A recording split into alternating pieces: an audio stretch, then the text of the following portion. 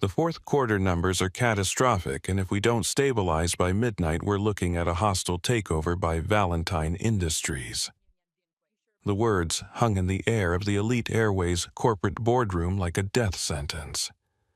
David Mitchell, CEO and founder of Elite Airways, sat at the head of the polished mahogany table, his calm exterior masking the storm brewing inside.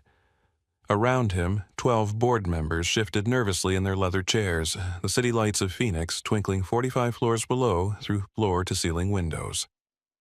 "How catastrophic?" David asked, his voice steady despite the chaos swirling around his company. Margaret Foster, the chief financial officer, slid a tablet across the table. "We're down 18% from last year. Customer satisfaction scores are dropping, and our competitors are gaining market share every quarter." David studied the numbers, but his concentration broke when his phone buzzed against the table. A text from his daughter Zara lit up the screen. "Flight delayed, but should make it. Can't wait to ring in 2025 together. Dad." A rare smile crossed his face. After months of boardroom battles and corporate crises, seeing his daughter for New Year's Eve was the only thing keeping him sane. Zara was flying in from New York, where she'd been finishing her final semester at the Parsons School of Design. They hadn't seen each other since October, and he'd been looking forward to this reunion for weeks. David Margaret's voice pulled him back to the crisis at hand. "Sorry, continue. The union is threatening strikes if we don't meet their pension demands by January 15th. Marketing is hemorrhaging money on campaigns that aren't working. And now we have reports of customer service complaints rising by 40%. Another buzz. David glanced down discreetly. Another text from Zara gate agent being weird about my ticket. Probably nothing. A chill ran down David's spine. Weird how his daughter was flying first class on his airline with elite status that should guarantee her red carpet treatment. "What could possibly be weird about her ticket, David? We need decisive action," pressed Robert Harrison, the oldest board member and David's former mentor. "Valentine Industries is circling like vultures. We need to cut costs, streamline operations, maybe consider merging with a larger carrier." David had built Elite Airways from nothing 15 years ago, starting with 2 planes and a dream of treating every passenger with dignity. The thought of losing his company to corporate raiders made his stomach turn. "We're not selling," David said firmly. "This airline represents something more than profit margins, like what Margaret challenged, because shareholders care about returns, not philosophy." David's phone buzzed again. This time, instead of a text, it was a call. Zara's number flashed on the screen. She never called unless something was seriously wrong. He rejected the call, sending it to voicemail. Whatever was happening at the gate would have to wait 5 more minutes. Like treating people fairly, David continued addressing Margaret's question.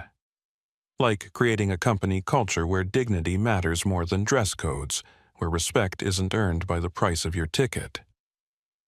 Several board members exchanged glances. They'd heard David's value speeches before, but tonight with the company bleeding money, his idealism felt out of place. His phone buzzed with another text. "Dad, they won't let me board. Can you call me?" David's blood pressure spiked. His daughter was being denied boarding on his own airline. Every instinct screamed at him to excuse himself and handle this immediately, but the board was watching his every move, waiting for any sign of weakness. "We have until midnight to submit our response to the Valentine proposal," Robert said, checking his watch. "It's already 11:15. We need a decision." David's phone rang again. Zara. This time he couldn't ignore it. "Excuse me for one moment," David said, standing and walking toward the windows.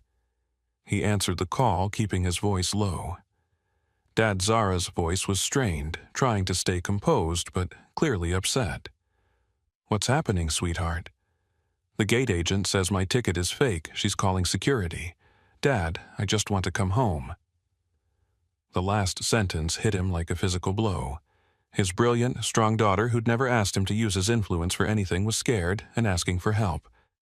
"Tell me exactly where you are," David said quietly. "Gate A7, Terminal 3, David's terminal, his airline." His employees were humiliating his daughter. "I'll handle this," David said, already walking toward the door. "Don't let them intimidate you. You belong exactly where you are. David Margaret called after him. We need to vote on the Valentine proposal. David paused at the door, looking back at the board members who controlled his company's fate. Then he thought of his daughter alone, and frightened in his own terminal. The vote is postponed, David said. There's something more important I need to handle downstairs.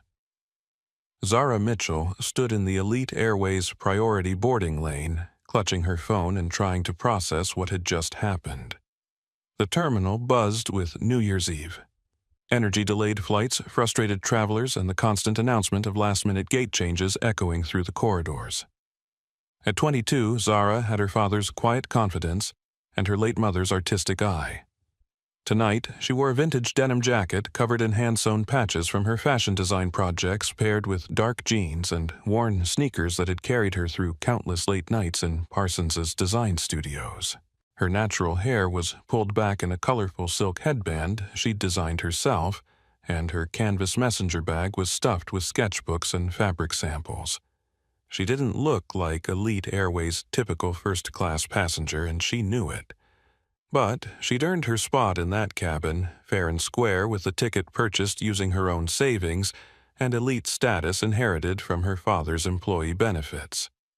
The priority lane was nearly empty, just 2 passengers ahead of her, both dressed in expensive suits and carrying designer luggage. Behind the glass partition economy boarding was chaos, incarnate families wrangling crying children, and business travelers shouting into phones and college students dragging overstuffed backpacks. Zara approached the podium, where Victoria Blackwood presided like a runway model who'd wandered into the wrong industry. Victoria was stunning in the way that made people stop and stare, tall blonde wearing a perfectly tailored black Armani suit that probably cost more than most people's monthly rent. Her makeup was flawless, her jewelry subtle but expensive, and her posture screamed authority. But when Victoria looked up from her computer screen and saw Zara approaching, her expression shifted from professional courtesy to barely concealed disgust. Economy boarding begins in 20 minutes, Victoria said without looking at Zara's boarding pass. Her voice was crisp, educated with just enough ice to make the dismissal clear. Please wait in the appropriate area. Zara blinked, taken aback by the immediate assumption. I'm sorry, but I'm first class. Seat 2A. Victoria's perfectly sculpted eyebrows rose in what looked like amusement rather than surprise. She finally glanced down at the boarding pass Zara was holding, then back up at her outfit with obvious disapproval. Let me see that, Victoria said, extending one manicured hand. Zara handed over her boarding pass, watching as Victoria examined it like a detective studying evidence of a crime. The pass was legitimate. Zara had printed it herself that morning from the Elite Airways app, using her own frequent flyer account. Victoria carried the pass to her scanner, which immediately beeped green and displayed passenger confirmed. Elite status, seat 2A on the screen. Instead of satisfaction, Victoria's face showed annoyance as if the machine had personally betrayed her. There's obviously a system error, Victoria announced loud enough for the other passengers in line to hear. This ticket shows irregularities. What kind of irregularities, Zara asked, keeping her voice calm but feeling her pulse quicken. The scanner just confirmed it. Victoria glanced at the screen, which still clearly displayed Zara's confirmation, then back at Zara, with the look of someone who'd caught a shoplifter red-handed. The system has been glitching all evening, Victoria lied smoothly. Student standby passengers sometimes get upgraded accidentally due to technical issues. We need to verify your actual reservation. I'm not standby, Zara said firmly. I purchased this ticket 3 weeks ago. I have elite status through my father's account. The mention of family connections seemed to irritate Victoria further. In her world, status was something you earned through beauty breeding or business success, not something inherited from parents. Miss, I've been managing this gate for 8 years. I know our elite passengers, and I know when something doesn't add up. Victoria's voice carried the authority of someone accustomed to being obeyed without question. Your presentation doesn't match our first-class standards. The word presentation hit like a slap. Zara looked down at her outfit clothes that represented hours of creative work pieces that expressed her personality and artistic vision. To Victoria, they apparently screamed economy class imposter. "Are you saying my clothes disqualify me from a seat I legally purchased?" Zara asked, her voice rising slightly. "I'm saying that Elite Airways maintains certain standards for our premium cabin experience." Victoria replied, her tone growing sharper. "Standards that extend beyond just having a piece of paper." Behind Zara, she heard the shuffling of expensive shoes and the clearing of a throat. She turned to see a distinguished-looking white man in his 50s checking a gold Rolex with obvious impatience. "Is there a problem here?" the man asked, his voice carrying the kind of authority that came from years of boardroom meetings and country club memberships. Victoria's entire demeanor transformed when she saw him. Her smile brightened, her posture straightened, and her voice took on a warm, apologetic tone. "Mr. Preston, so sorry for the delay. We're just resolving a ticketing confusion with this young lady who seems to have ended up in the wrong line." Preston Montgomery III looked at Zara with the same expression he might reserve for someone who'd tracked mud through his mansion. Everything about him screamed old money, from his perfectly tailored navy suit to his Italian leather briefcase to the signet ring that caught the terminal lights. "Look," Miss Preston said, addressing Zara with the patronizing tone of someone explaining traffic rules to a child. "We all have places to be tonight, important places. Why don't you just head back to your actual gate and let the adults board?" The casual dismissal being called anything but an adult when she was 22 and had earned her place here made Zara's cheeks flush with anger. But she'd learned from her father to stay calm under pressure. "I am an adult," Zara said, turning to face Preston fully. "And I paid for this seat just like you did. Probably more actually, since I didn't get a corporate discount." Preston laughed, a sound like barking that carried no humor. "I seriously doubt that. My company paid $6,000 for this seat. You look like someone hoping they'll have extra peanuts in coach." Several other passengers in line chuckled, and Zara felt the familiar sting of being turned into entertainment for people who thought her presence was inherently ridiculous. Victoria seized the moment to regain control. "Miss, I'm going to have to ask you to step aside. You're holding up our priority passengers with this misunderstanding." "It's not a misunderstanding," Zara said, pulling out her phone to show the Elite Airways app with her confirmed reservation. "Look, it's right here in the system." But Victoria waved away the phone without looking at it. "Apps can be manipulated, miss. Screenshots can be faked. I need official verification, and until I have it, you cannot board this aircraft." Zara stared at Victoria, realizing she was trapped in a nightmare scenario where facts didn't matter, where her legitimate ticket meant nothing because she didn't look like Victoria's idea of a first-class passenger. "Then verify it," Zara said quietly. "Call your supervisor, check the system, but don't just dismiss me because of what I'm wearing." Victoria's smile was cold and final. "I am the supervisor, and I've made my decision." The standoff between Zara and Victoria had drawn the attention of nearly everyone in the gate area. Passengers looked up from their phones, gate agents from other airlines craned their necks, and even the cleaning staff had slowed their work to watch the drama unfold. Victoria Blackwood stood behind her podium like a fortress, one perfectly manicured hand resting on her computer keyboard, the other holding Zara's boarding pass like evidence in a trial. Her expression radiated the confidence of someone who'd never been successfully challenged by anyone she deemed beneath her station. Miss Victoria said, her voice carrying across the gate area with theatrical clarity, "I've explained the situation multiple times.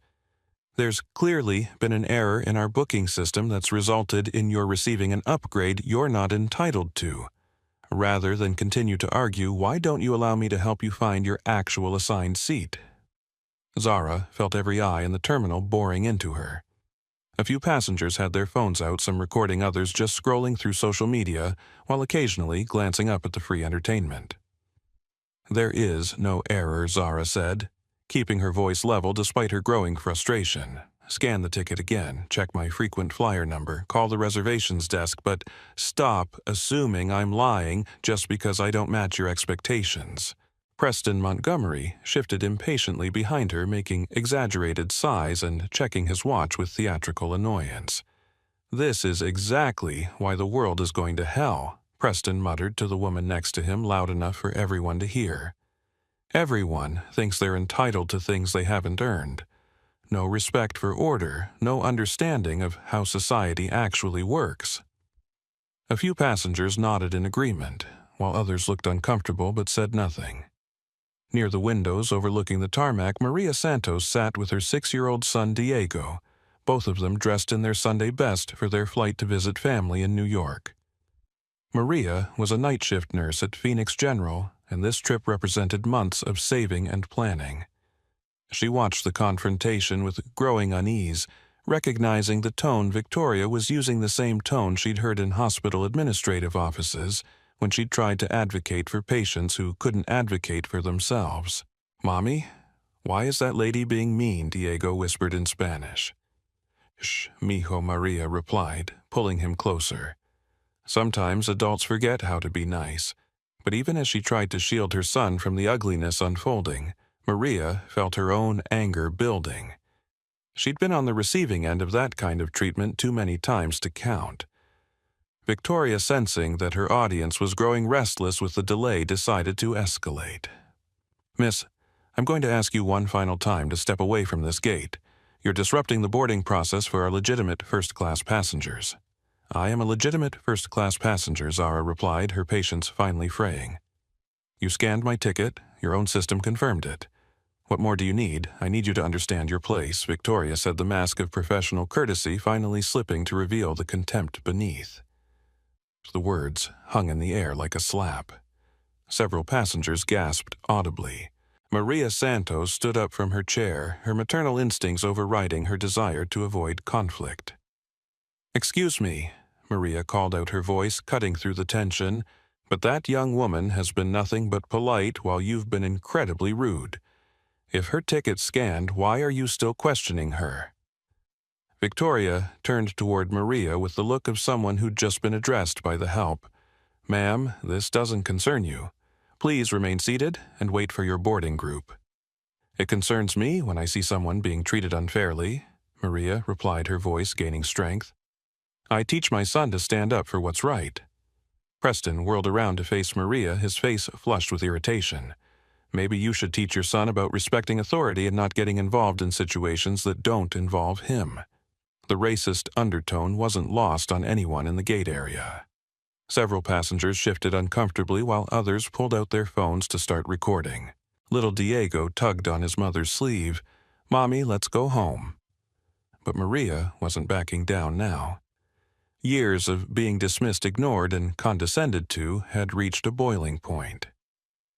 "My son is learning that silence in the face of injustice is the same as agreement," Maria said firmly. "And I won't teach him to be silent when someone is being treated badly for no good reason." Victoria's composure was beginning to crack. She was used to intimidating people into compliance through sheer force of personality and position, but Maria Santos wasn't backing down. Security Victoria called into her headset. "I need assistance at gate A7 immediately." The word security sent a chill through the gate area. What had begun as an argument about a boarding pass was now escalating into something much more serious. Zara felt her heart rate spike. She'd seen enough videos online to know how these situations could spiral out of control. "This is ridiculous," she said, pulling out her phone. "I'm calling my father."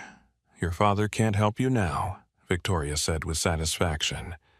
"You should have thought about consequences before trying to board a flight with fraudulent documentation." Fraudulent Zara stared at Victoria in disbelief. "You're accusing me of fraud. I'm stating facts," Victoria replied coldly. "You presented documentation that doesn't match your profile, refused to accept correction, and are now disrupting operations. That's fraud and disorderly conduct." Preston nodded approvingly. Finally, someone with backbone. "This generation thinks they can lie and manipulate their way into anything." But not everyone in the gate area agreed. Rebecca Walsh, a third-grade teacher from Phoenix flying to visit her sister in Brooklyn, had been watching the confrontation with growing dismay. She'd seen enough playground bullies to recognize one when she saw it even in a designer's suit. "Excuse me," Rebecca said, standing up and addressing Victoria directly. "I've been sitting here for an hour watching you interact with passengers. You've been polite to everyone who looks like you and hostile to everyone who doesn't. That's not customer service, that's discrimination." Victoria's face flushed red. "Ma'am, I don't know what you think you've observed, but I've observed you making assumptions based on appearance rather than facts." Rebecca interrupted, her teacher voice cutting through Victoria's protest. "That young woman has been respectful throughout this entire interaction while you've been increasingly aggressive and accusatory." More passengers began to murmur among themselves. The tide was turning and Victoria could feel her control slipping. "Ladies and gentlemen," Victoria announced to the gate area, "I apologize for this disruption. We'll have this resolved momentarily when security arrives to assist with removing disruptive individuals from the boarding area." The threat was clear. Not just Zara, but anyone who supported her could face removal. Maria Santos looked down at her young son, then back at Zara, who was now scrolling through her phone with shaking hands. Diego Maria said quietly, "Remember this moment. Remember that sometimes doing the right thing is scary, but that doesn't mean we don't do it." She walked over to Zara and placed a gentle hand on her shoulder. "Mija, you're not alone in this." Zara looked up from her phone, tears threatening at the corners of her eyes. "Thank you," she whispered.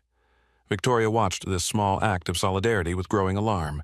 If other passengers started actively supporting Zara, the situation could spiral completely out of her control.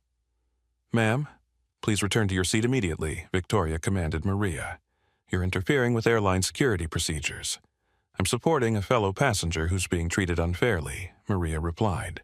"And I'm teaching my son that silence in the face of injustice makes you part of the problem." The gate area had become a microcosm of larger social tensions, with clear battle lines drawn between those who supported Victoria's authority and those who recognized her behavior as prejudice dressed up in professional language. And in the middle of it all, Zara Mitchell stood with her phone in her hand, about to make the call that would change everything.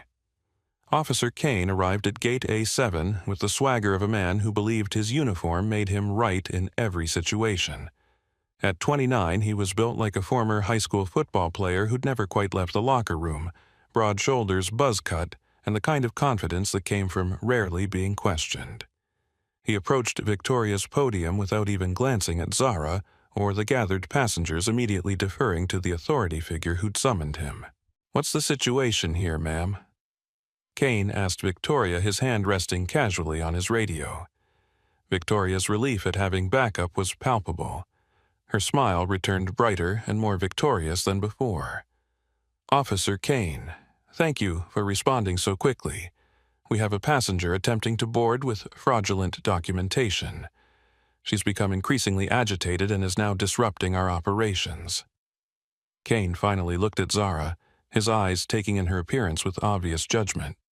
Everything about his expression said he'd already decided who was telling the truth. "Miss, I'm going to need to see some identification in your boarding documentation."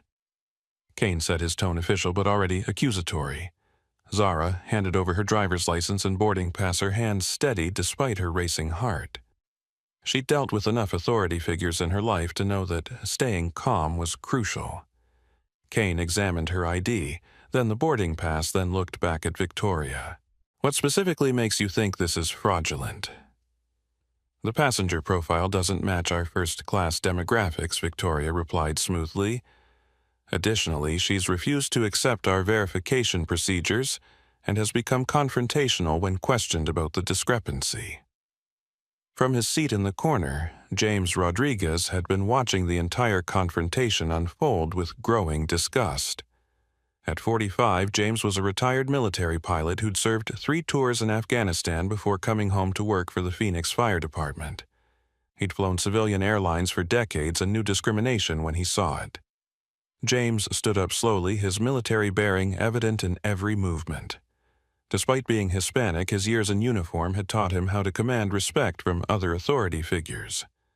Officer James called out, his voice carrying the unmistakable authority of someone used to being obeyed. "Before you proceed, you might want to know that I've been recording this entire interaction." Kane spun around to face James, immediately defensive. Sir, this is not your concern. It became my concern the moment I watched that gate agent repeatedly ignore her own computer system's confirmation that this young woman's ticket is legitimate, James replied calmly. He held up his phone, which had been recording for the past 10 minutes. I've got the whole thing. The scan that came up greened the agent's refusal to accept her own system's verification. The escalating hostility towards passengers who spoke up. Victoria's face went pale. In her focus on intimidating Zara, she'd forgotten about the other passengers who might be documenting her behavior. Sir, you need to stop recording immediately, Kane demanded. This is an active security investigation. Actually, officer, I have every right to record in a public space. James replied, his tone respectful but firm. And as a former military pilot with over 20 years of flying experience, I can tell you that what I've witnessed here tonight isn't security protocol. It's harassment. Kane found himself caught between two authority figures, Victoria, who'd called him in, and James, whose military bearing and calm confidence made him difficult to dismiss. Let me see that recording, Kane said, reaching for James's phone. I don't think so, James replied, smoothly pocketing the device. But I'd be happy to provide it to your supervisor along with my formal statement about what I've observed. The mention of supervisors made Kane nervous. He was still young enough in his career that he couldn't afford complaints about mishandling situations. Meanwhile, Rebecca Walsh had been discreetly texting updates to her sister in New York, who worked as a civil rights attorney. Rebecca's sister had immediately advised her to document everything and get other witnesses on record. Excuse me, Rebecca called out to the growing crowd of passengers. Is anyone else uncomfortable with what we're witnessing here? Because I think we have a responsibility to speak up. Several passengers shifted nervously, caught between their desire to board their flights and their growing unease about the situation unfolding in front of them. An elderly white man in an expensive suit shook his head disapprovingly. This is exactly what's wrong with society today. No respect for authority, everyone thinking they're a civil rights activist with a cell phone camera. But a young Latina college student stood up from her seat. I disagree. I think what we're seeing is someone being profiled and discriminated against, and other passengers having the courage to speak up about it. The gate area was now clearly divided into camps, those who supported Victoria's actions and those who recognized them as discriminatory. The tension was palpable, with passengers taking sides and the situation growing more volatile by the minute.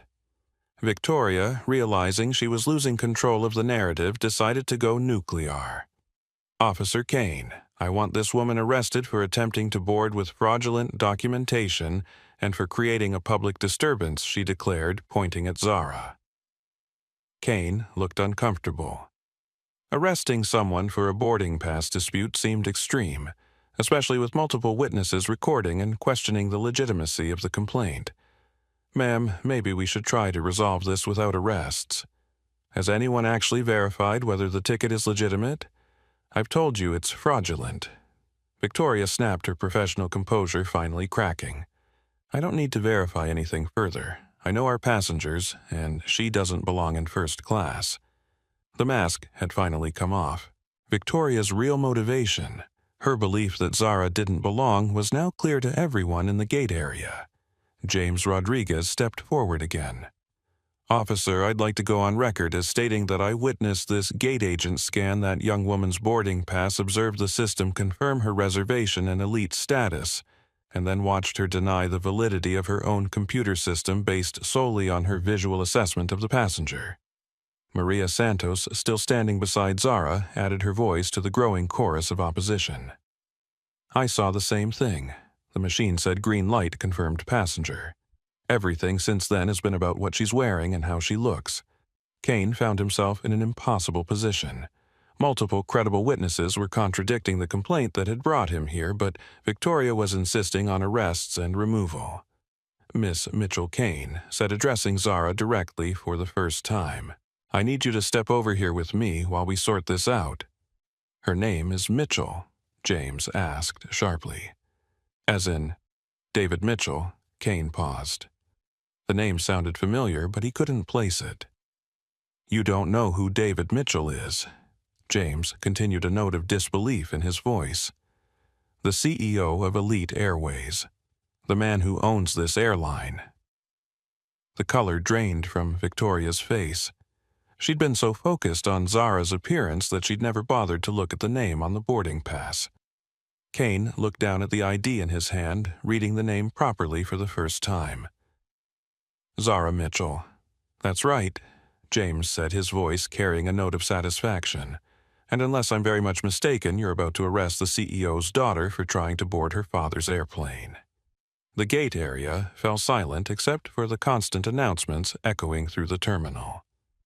Victoria stared at Zara with dawning horror, realizing the magnitude of her mistake. Preston Montgomery, who'd been smugly supporting Victoria throughout the confrontation, suddenly looked like he wanted to disappear into his designer luggage. That's impossible, Victoria whispered. If her father was, she would have said something. Would she? Rebecca Walsh asked pointedly. Or would a decent person expect to be treated with basic respect, regardless of who their father is? Zara looked around at the faces staring at her, some shocked, some embarrassed, others angry that they'd been manipulated into supporting discrimination. I never wanted to use my father's name, Zara said quietly, her voice carrying clearly in the sudden silence. I just wanted to fly home for New Year's Eve. I wanted to be treated like any other passenger who'd paid for a ticket. She pulled out her phone, scrolling to her father's contact information. But since treating people with dignity apparently requires a permission slip, I guess it's time to make that call.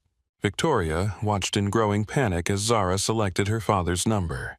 Everything she'd worked for, her position, her authority, her career, was about to be destroyed by her own prejudices and poor judgment. Wait, Victoria said desperately. There's no need to escalate this further. We can resolve this right here. But Zara was done being reasonable with people who'd shown her none in return. Her finger hovered over the call button as she looked around the gate area one more time. You're right, Zara said to Victoria. We can resolve this. All you had to do was treat me like a human being. And with that, she pressed call.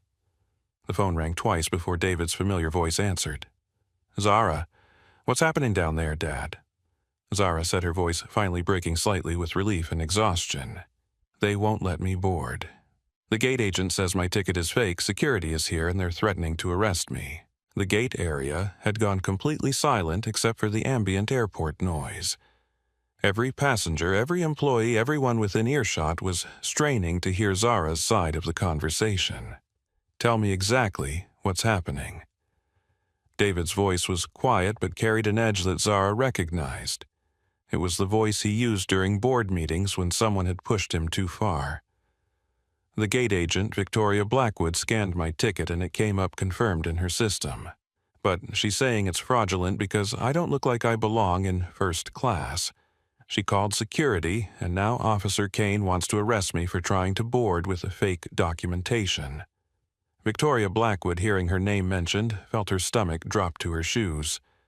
She could only imagine what was being said on the other end of that phone call. Are there witnesses? David asked. Yes, several passengers have been recording and speaking up for me. A retired pilot named James Rodriguez, a nurse named Maria Santos, and a teacher named Rebecca Walsh. They've all tried to intervene. David processed this information with the rapid-fire efficiency that had made him a successful CEO. His daughter was being humiliated by his own employees in his own terminal, but she'd somehow gained the support of other passengers who were willing to stand up for her. He felt simultaneously furious and proud. Dad, I'm sorry I had to call you. I know you're in your meeting, but don't apologize. David interrupted firmly. You should never have to endure this, ever, from anyone, especially not from people who work for me. Victoria was growing increasingly pale as she realized the implications of what was happening. Officer Kane looked confused, but nervous, sensing that the situation had just shifted dramatically. What gate are you at? David asked. 7 Terminal 3. I'll be right there. In the meantime, don't let them intimidate you any further. You have every right to be exactly where you are. Dad, what about your meeting? The board will wait, David said with finality. Some things are more important than quarterly reports. Victoria couldn't help herself. She stepped closer to Zara, her voice barely a whisper but audible enough for the phone to pick up. "If you're really David Mitchell's daughter, why didn't you say so?" From the beginning, David's voice came through the phone speaker cold and clear enough for everyone nearby to hear, because in a civilized society, basic human decency shouldn't require a permission slip. The words hit Victoria like a physical blow.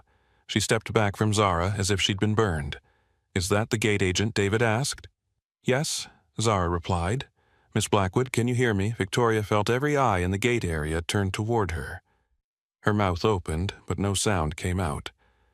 "I can hear you, Mr. Mitchell." She finally managed her voice barely above a whisper. "Good. I want you to know that this conversation is being recorded. I want you to know that your treatment of my daughter will be reviewed by our board of directors. And I want you to know that your behavior tonight represents everything that's wrong with the culture I've been trying to change at this airline." Victoria's legs felt weak. Her career, her reputation, everything she'd worked for was crumbling in real time. "Mr. Mitchell, I was just following protocol." "No." David's voice cut through her excuse. "You were following your prejudices. There's a difference." Officer Kane shifted uncomfortably, realizing he'd walked into a much bigger situation than he'd bargained for.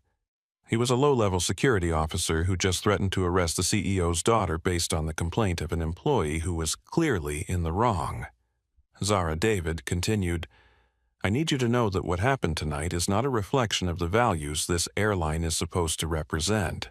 You deserve better. Every passenger deserves better." James Rodriguez, who'd been watching the entire scene unfold, stepped forward. "Mr. Mitchell, this is James Rodriguez, retired military pilot.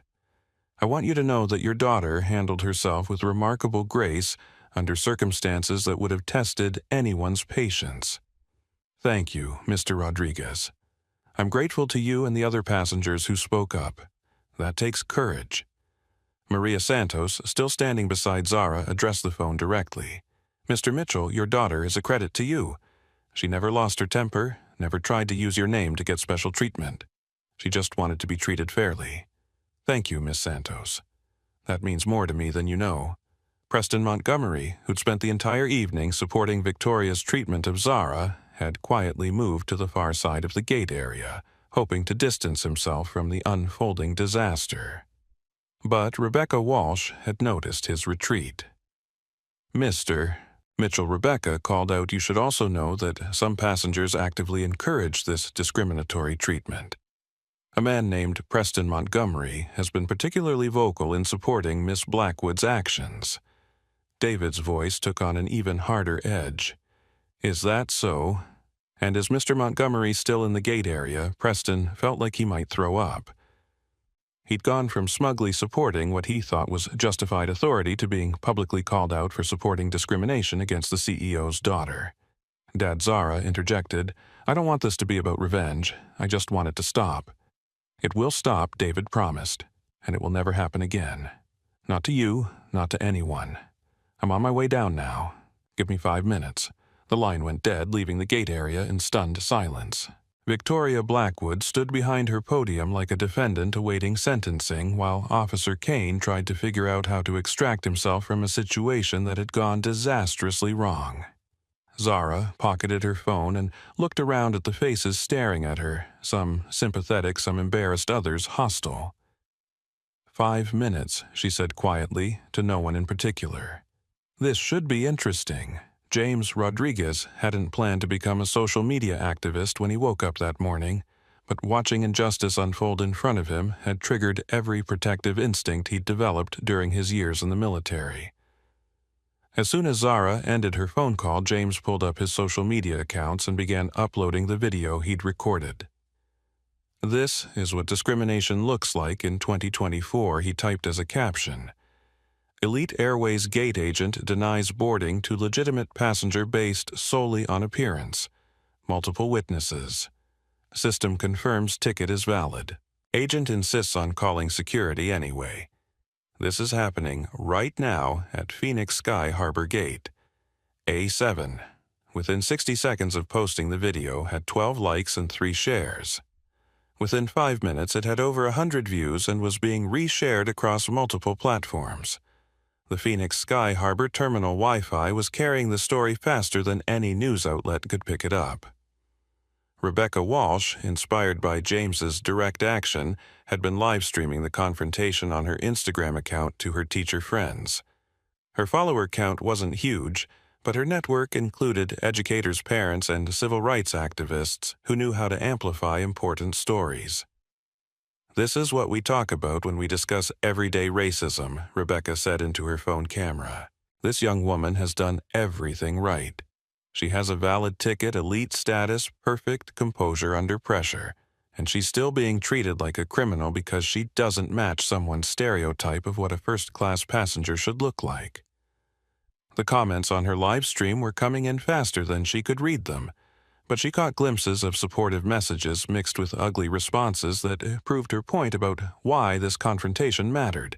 Maria Santos, meanwhile, was texting furiously with her sister Carmen, a social worker who specialized in advocacy for marginalized communities.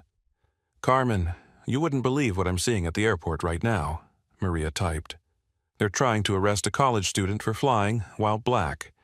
I'm scared to get too involved because I have Diego with me, but I can't just stand here and watch this happen." Carmen's response was immediate. "Document everything. Get other witnesses' contact information. This is bigger than one incident, it's about pattern and practice. You're doing the right thing by speaking up." But not all the social media activity was supportive. Preston Montgomery, realizing that his own behavior was being recorded and shared, had started his own narrative campaign from his expensive phone.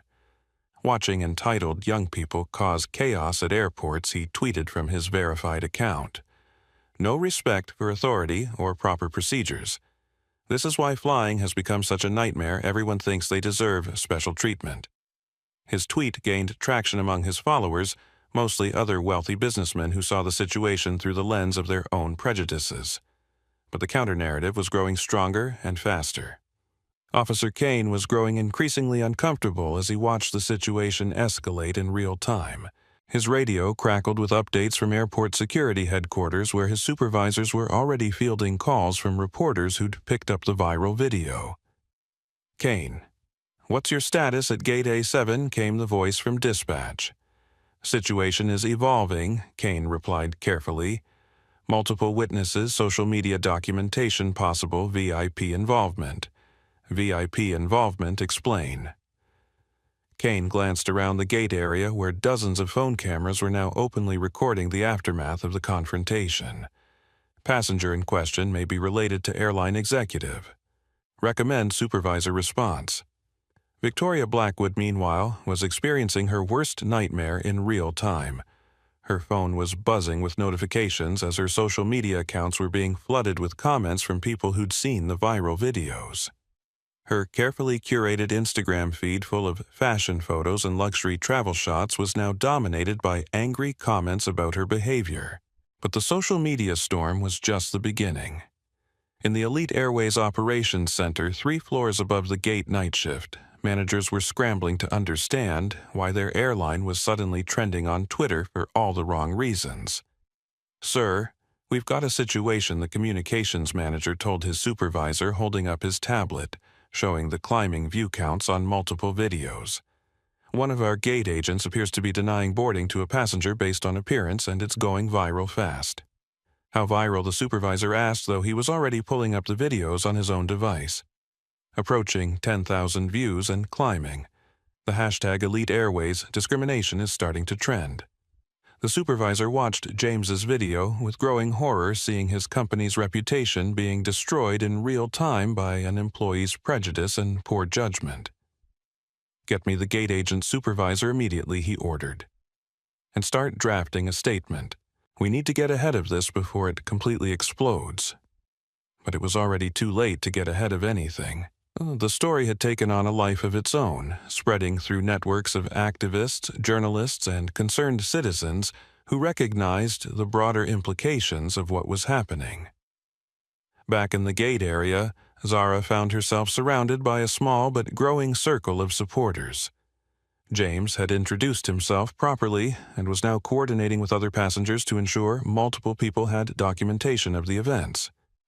"Have you dealt with anything like this before?" Rebecca asked Zara gently.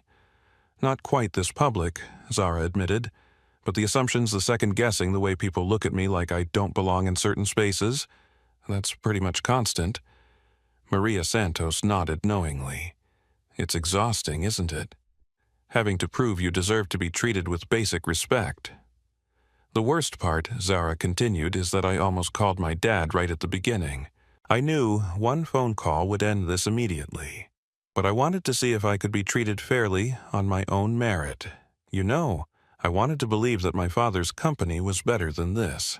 James looked around the gate area where Victoria was now huddled with Officer Kane in what appeared to be an increasingly desperate conversation. "Your father built something good here," James said. "But good intentions at the top don't automatically translate to good behavior at every level. Sometimes it takes moments like this to expose where the problems really are." Preston Montgomery, who'd been trying to blend into the background, finally approached the group around Zara. His earlier smugness had been replaced by obvious anxiety as he'd watched the viral videos accumulate shares and increasingly critical comments. "Look," Preston said awkwardly, "maybe I was a bit hasty in my judgment earlier. These situations can be confusing." "And no," Rebecca interrupted firmly. "These situations aren't confusing at all. What's confusing is how adults can watch obvious discrimination happening and choose to support it because it doesn't affect them personally." Preston flushed red. "I was just supporting proper procedures." "You were supporting prejudice," Mariah said quietly but firmly. "And now you're trying to distance yourself from it because you realize it's being recorded." The conversation was interrupted by the arrival of Marcus Williams, a tall African-American man in an Elite Airways supervisor's uniform, who approached the group with obvious concern and confusion. "Excuse me," Marcus said, addressing the group generally. "I'm Marcus Williams, Terminal Operations Supervisor. I've been getting reports about a situation here, and I wanted to see if I could help resolve things." Victoria immediately rushed over to Marcus, relief evident on her face. "Marcus, thank God you're here. We have a passenger causing a disturbance, refusing to accept verification procedures, and now she's got other passengers worked up." But Marcus had already seen the viral videos on his phone during his walk to the gate. He looked at Zara, then at Victoria, then at the crowd of passengers with their phones out. "Miss Blackwood," Marcus said carefully, "I need to ask you directly. Did you scan this passenger's boarding pass?" "Well, yes, but..." "And what did the system show?" Victoria hesitated. It showed confirmed, but obviously there was an error. Obviously, Marcus interrupted. "Based on what?" "What specifically indicated an error to you?" Victoria gestured vaguely at Zara. "The passenger profile didn't match our first-class demographics." Marcus stared at Victoria with a mixture of disbelief and recognition. As one of the few African-American supervisors at Elite Airways, he'd fought his own battles with assumptions about who belonged where. "Miss Blackwood," Marcus said slowly, "are you telling me that you ignored a positive scan result because of how the passenger looked?" The question hung in the air like an indictment, and Victoria realized she had no good answer that wouldn't confirm exactly what everyone suspected about her motivations. And in that moment of terrible silence, the elevator doors at the far end of the terminal opened, and David Mitchell stepped out, his expression calm, but his eyes carrying the promise of consequences that would reshape everything. The executive elevator in the Elite Airways building moved between floors with whisper-quiet efficiency, but to David Mitchell, each floor marker felt like a countdown to an explosion. 45 floors to 44, 44 to 43. Each number brought him closer to a confrontation that would define not just his daughter's experience, but the soul of the company he'd built from nothing. David had left the boardroom without explanation, ignoring the protests of directors who couldn't understand how a family matter could take precedence over a potential hostile takeover. But they'd never been parents. They'd never felt the helpless rage of knowing your child was being humiliated while you sat in meetings discussing profit margins. As the elevator descended, David's phone buzzed with increasingly urgent messages from his communications team. Videos were going viral. Social media was exploding. News outlets were starting to pick up the story. His airline was becoming a symbol of corporate discrimination in real time. But David wasn't thinking about public relations or damage control.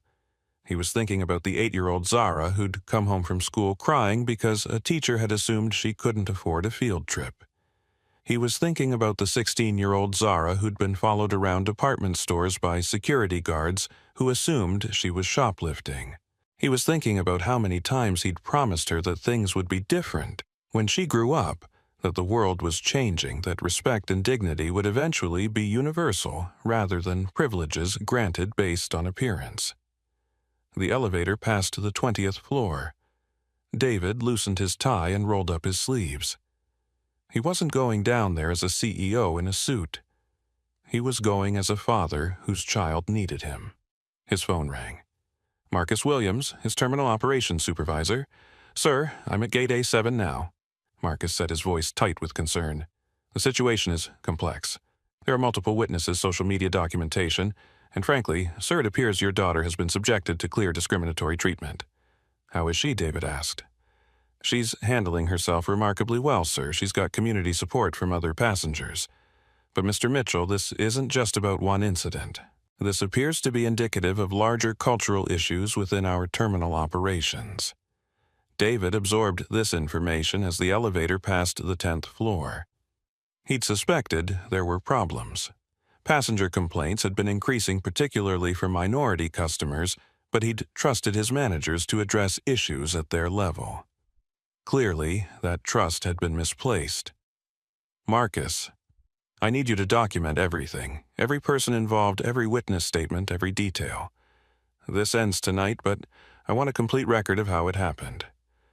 "Already in progress, sir. There's one more thing you should know. The gate agent involved is Victoria Blackwood." David recognized the name. Victoria had been hired 2 years ago based on impressive credentials and strong interview performance. She'd consistently received positive performance reviews and customer service commendations. On paper, she was exactly the kind of employee Elite Airways wanted, representing their brand. "Have you worked with Miss Blackwood before?" David asked. Marcus hesitated. "Yes, sir. And I have to say I've always found her to be selective about which passengers receive her best customer service efforts." The careful phrasing told David everything he needed to know. Marcus was diplomatically confirming that Victoria's behavior tonight wasn't an isolated incident. The elevator reached the ground floor with a soft chime. David stepped out into the marble-floored lobby of the Elite Airways terminal, but instead of heading directly to Gate A7, he made a detour to the terminal security office. "I need the surveillance footage from Gate A7 for the past hour," David told the night security supervisor, flashing his executive credentials. "Sir, we don't usually—" "This isn't a usual situation," David interrupted. "I need that footage immediately, and I need it preserved for potential legal proceedings." The security supervisor, recognizing both David's authority and the serious tone of his request, quickly pulled up the relevant cameras. David watched in silence as the footage showed the entire confrontation from multiple angles. Victoria's dismissive body language, Zara's patient attempts to comply with requests, the growing involvement of other passengers. "Make copies of everything," David ordered.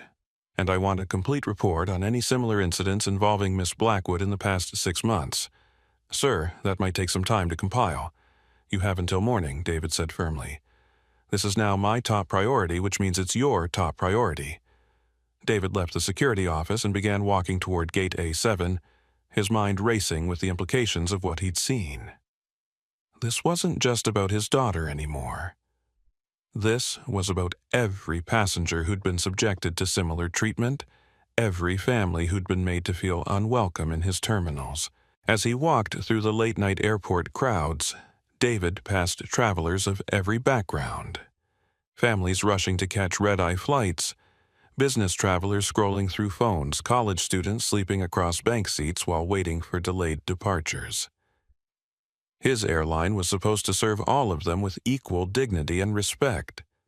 Tonight had proved that promise was being broken on his watch. His phone buzzed with another text from Zara. "Dad, please don't make this bigger than it needs to be. I just want to come home." David smiled sadly as he typed back, "Some things need to be big, sweetheart. This is one of them." He rounded the corner toward Gate A7 and could see the crowd gathered around the boarding area. Phone cameras were visible throughout the group, and he could hear animated conversations about rights, respect, and responsibility. His daughter had inadvertently started a conversation that needed to happen. David approached the edge of the crowd where he could observe the situation before revealing himself. He wanted to see how his employees behaved when they thought no one important was watching. He wanted to understand the full scope of what Zara had endured. What he saw made his jaw clench with controlled fury. Victoria Blackwood was still arguing with witnesses, still trying to justify her behavior, still treating Zara like an unwelcome intruder rather than a customer who deserved respect. But he also saw something that filled him with pride. His daughter stood in the center of a group of strangers who'd chosen to support her despite having no obligation to do so. She was handling herself with grace, under pressure maintaining her composure while surrounded by conflict. These passengers, Maria Santos, James Rodriguez, Rebecca Walsh, had risked their own comfort and convenience to stand up for principle. They'd recognized injustice and chosen to act even when silence would have been easier. David took a deep breath, straightened his shoulders, and stepped forward into the crowd. It was time to remind everyone, his employees, his passengers, and his daughter, what Elite Airways was supposed to stand for. And it was time to prove that when those values were threatened, there would be consequences. The gate area around A7 had transformed into something resembling a town hall, meeting with clear factions emerging and informal leaders organizing their respective sides. What had begun as a simple boarding dispute had evolved into a microcosm of larger social tensions, with each participant forced to choose whether they stood with justice or convenience. James Rodriguez had naturally assumed the role of coordinator for Zara's supporters. His military bearing and calm authority made other passengers gravitate toward his steady presence. He'd spent the past 10 minutes collecting contact information from witnesses and ensuring multiple people had complete video documentation of the events. The key thing, James explained to the growing group of allies, is that we maintain our composure and stick to facts. We've got truth on our side, but the moment anyone loses their temper or gets aggressive, they'll use that to discredit everything we've documented. Rebecca Walsh nodded approvingly. "That's exactly what I tell my students about dealing with bullies. Don't give them ammunition to use against you, but don't let them intimidate you into silence either." Maria Santos was keeping one eye on her son Diego, who was fascinated by the drama unfolding around him, and the other on Victoria Blackwood, who seemed to be growing more desperate by the minute. Mija Maria said to Zara, "You've been handling this beautifully. Don't let them make you feel like you're the problem here." But not everyone in the gate area supported Zara's cause. A cluster of passengers had formed around Preston Montgomery, drawn together by their shared discomfort with what they saw as disruptive behavior and disrespect for authority. "This is exactly what's wrong with young people today," complained an elderly white woman with an expensive handbag. "No respect for rules, always ready to cry discrimination when they don't get their way." Preston nodded sagely. "It's the entitlement mentality. Everyone thinks they deserve special treatment, and when they don't get it, they play the victim card and get everyone worked up." A middle-aged businessman in an expensive suit chimed in. "I fly first class regularly, and I've never had problems with the gate agents. Maybe if people dressed appropriately and showed proper respect for procedures, these situations wouldn't arise." Their conversation was loud enough to be overheard by Zara's supporters, creating an uncomfortable tension in the gate area, as two very different narratives competed for dominance. Officer Kane found himself increasingly caught in the middle, realizing that his initial assessment of the situation had been completely wrong. The more he observed the dynamics at play, the more he understood that he'd been manipulated into supporting discriminatory behavior by a gate agent who'd presented him with a biased version of events. Marcus Williams, meanwhile, was conducting his own investigation, quietly interviewing passengers and reviewing documentation. As an African-American supervisor, he understood the delicate balance required to address discrimination complaints while maintaining operational efficiency. But the evidence was overwhelming. Victoria's behavior had been clearly problematic from the beginning. "Miss," Santos Marcus said, approaching Maria with professional courtesy, "could you walk me through what you observed from the beginning?" Maria looked nervously at Diego, who was coloring in a book she'd brought for the flight. "I don't want to get anyone in trouble, but what I saw wasn't right. Ma'am, getting people in trouble isn't the goal here. Understanding what happened is.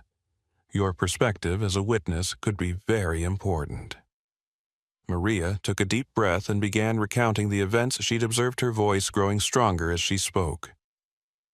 From the moment that young woman approached the counter, the gate agent treated her differently than she treated the other passengers. When the scanner confirmed her ticket, instead of apologizing for the confusion, she doubled down and insisted there must be an error. "And what was your impression of the passenger's behavior throughout this interaction?" "She was polite, patient, and respectful, even when she was being treated badly.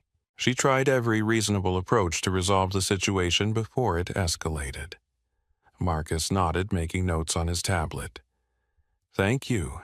Would you be willing to provide a formal written statement about what you observed?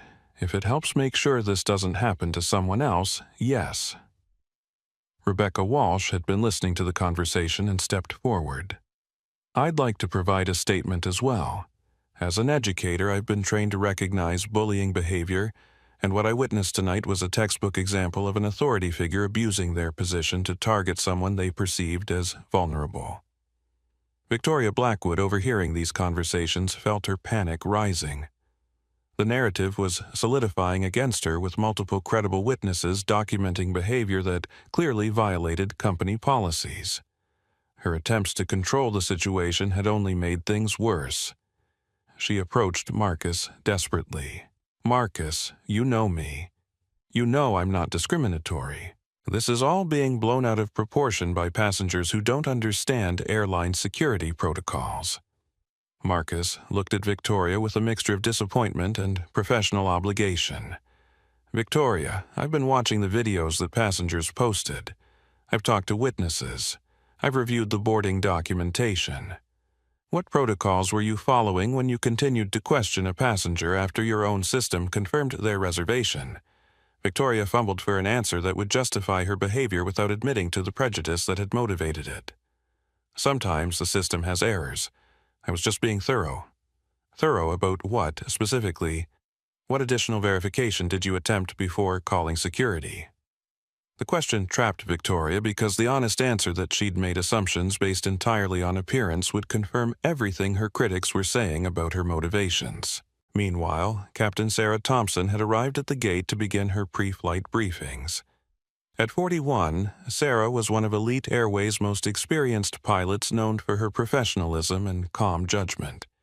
She'd been flying commercial aircraft for 15 years and had seen her share of boarding disputes, but the crowd gathered around Gate A7 was unlike anything in her experience. "What's the situation here?" Sarah asked Marcus quietly. Gate agent denied boarding to a confirmed first-class passenger based on appearance. Multiple witnesses, social media documentation, and unfortunately the passenger in question appears to be David Mitchell's daughter. Sarah's eyebrows shot up. The CEO's daughter and Victoria denied her boarding. "That's correct. And it gets worse, she called airport security and attempted to have the passenger arrested for fraud." Sarah looked around the gate area, taking in the clear divisions among passengers and the obvious tension radiating from Victoria. "Where's the passenger now?" Marcus pointed to Zara, who was standing calmly in the center of her group of supporters, checking her phone for updates from her father. Sarah walked over to introduce herself. "Miss Mitchell, I'm Captain Thompson. I'll be flying you to New York tonight, and I want to apologize for what you've experienced here. This is not how Elite Airways passengers should be treated." "Thank you," Captain Zara replied. "I appreciate that, but I'm hoping this can lead to changes that help other passengers too. I don't want special treatment because of who my father is. I want fair treatment because it's right." Sarah nodded approvingly. "That's exactly the right attitude. And I want you to know that from a crew perspective, we take discrimination complaints very seriously. What happened here tonight will not be forgotten or ignored." The conversation was interrupted by Preston Montgomery, who approached the group with obvious agitation. "Captain Thompson, I hope you realize that this entire situation has been manufactured by passengers who are looking for problems where none exist. I've been flying Elite Airways for years, and I've never seen anything like this disruption." Sarah looked at Preston with a professional politeness, masking obvious displeasure. "Sir, I've reviewed the documentation that passengers have provided, and I've spoken with our operations supervisor. What I see is a legitimate passenger who is discriminated against by our staff and then supported by fellow travelers who recognized injustice when they saw it." Preston flushed red. "That's a very politically correct interpretation, but it's the correct interpretation," Sarah interrupted firmly. "And as the pilot in command of this aircraft, I'm responsible for ensuring that all passengers are treated with equal dignity and respect." The exchange was witnessed by dozens of passengers, many of whom were recording on their phones. Preston realized he was being documented supporting discrimination in real time, with the pilot publicly contradicting his version of events. But before the situation could escalate further, a new voice cut through the conversation from the edge of the crowd. "Excuse me," the voice said quietly, but with unmistakable authority. "I believe there's been some confusion here that needs to be cleared up."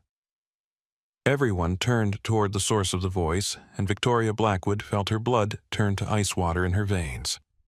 David Mitchell stood at the edge of the crowd, dressed casually in khakis and a button-down shirt, looking like any other traveler. But his presence immediately changed the entire dynamic in the gate area. The CEO had arrived. David Mitchell had been standing on the periphery of the crowd for nearly 10 minutes, watching and listening as the drama unfolded around Gate A7. He'd positioned himself behind a support pillar where he could observe without being immediately recognized, wanting to see how his employees and passengers behaved when they thought no one important was watching. What he witnessed made him both furious and proud in equal measure. He watched Victoria Blackwood continue to defend her indefensible actions, doubling down on discrimination rather than admitting fault. He saw Preston Montgomery rally support for prejudice among passengers who preferred authority to justice. But he also saw strangers, Maria Santos, James Rodriguez, Rebecca Walsh, risk their own comfort to stand up for his daughter because it was the right thing to do. David pulled out his phone and began recording his own video, documenting the aftermath of the initial confrontation. He wanted a complete record of how his staff handled the situation when they thought there would be no consequences for their actions.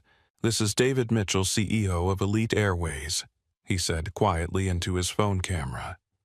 "I'm currently observing a situation at Gate A7 where my daughter has been denied boarding by my own staff based solely on her appearance.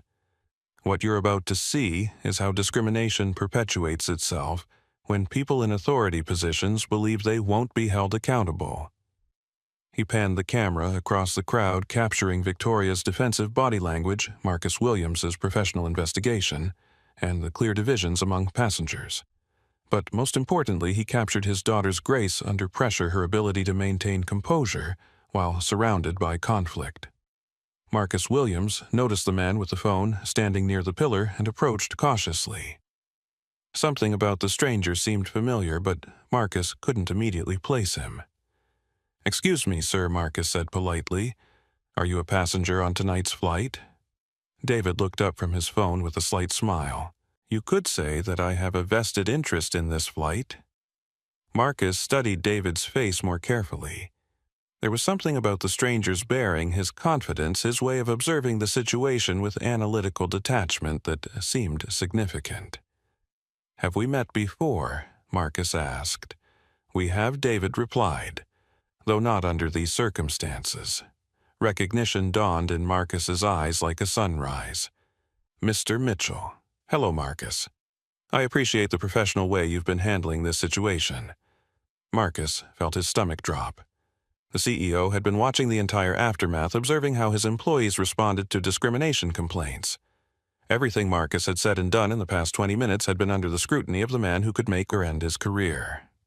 "Sir, I want you to know that I've been conducting a thorough investigation of the incident, and I've documented clear violations of our customer service protocols." David nodded approvingly. "I've been watching Marcus. Your professionalism in a difficult situation has been noted. Should I inform Miss Blackwood that you're here?"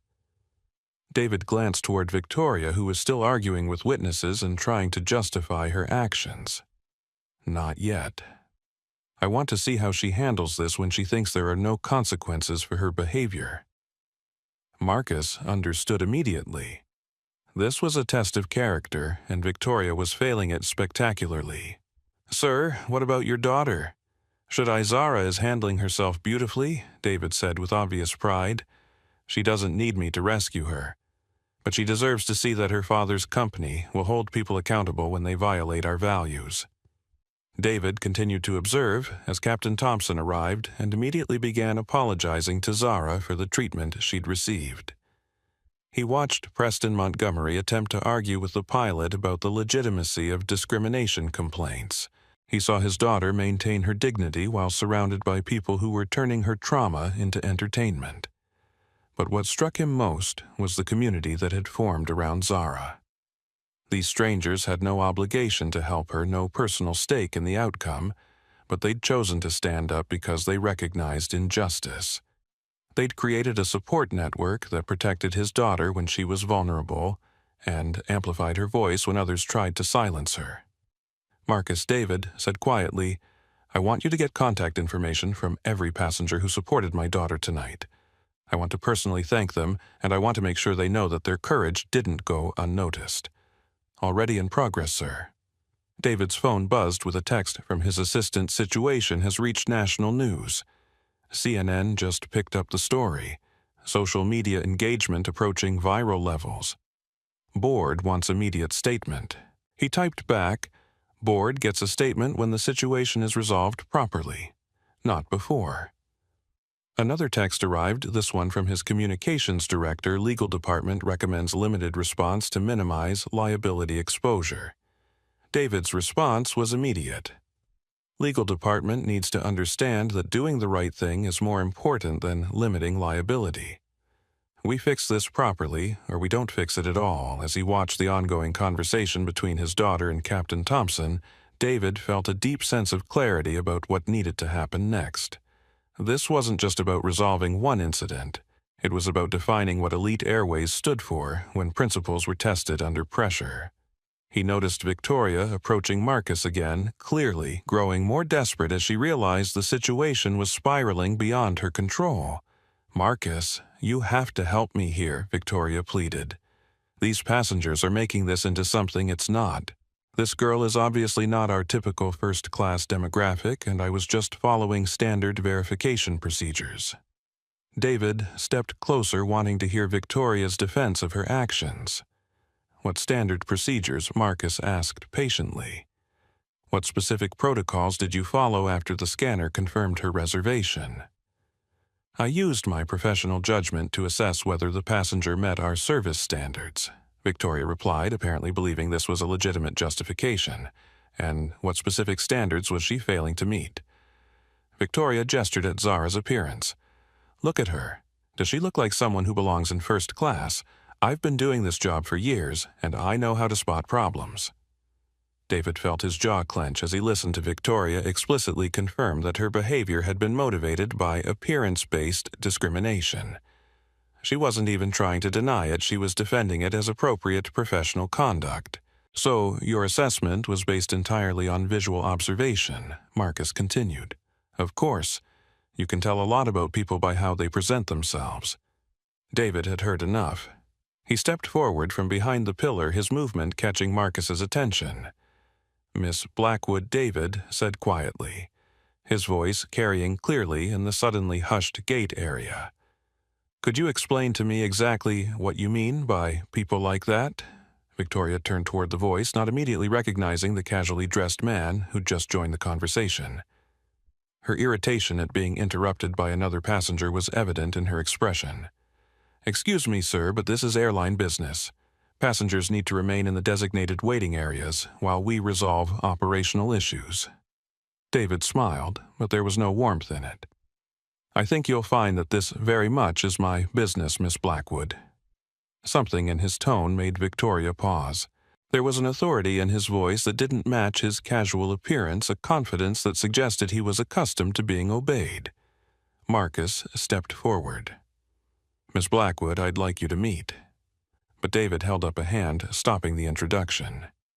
He wanted Victoria to continue defending discrimination without the knowledge that she was talking to the CEO. He wanted to see exactly who she was when she thought there were no consequences for her prejudice. Please, continue explaining your assessment process, David said to Victoria. I'm very interested in understanding how you determine which passengers belong in first class. Victoria, still not recognizing David, but sensing something significant in the conversation, began to feel genuinely nervous for the first time that evening. And in that moment of growing awareness that she was no longer in control of the situation, Victoria Blackwood began to understand that her career in the airline industry was about to come to a very abrupt end. David Mitchell stepped fully into the circle of passengers and staff gathered around Gate A7, his presence immediately shifting the energy in the space. Though he was dressed casually and had approached quietly, there was something unmistakably authoritative about his bearing that made conversations pause and heads turn. Victoria Blackwood looked at him with a growing irritation, still not recognizing the man who was about to change her life forever. In her world, authority came with suits and titles and obvious displays of wealth. This casually dressed stranger didn't fit her mental model of someone who mattered. Sir, I've already explained that this is an operational matter, Victoria said with strained patience. Passengers need to remain in the designated seating areas while we resolve this boarding issue. David studied Victoria's face carefully, noting the way her professional mask had been replaced by barely contained frustration and defensiveness.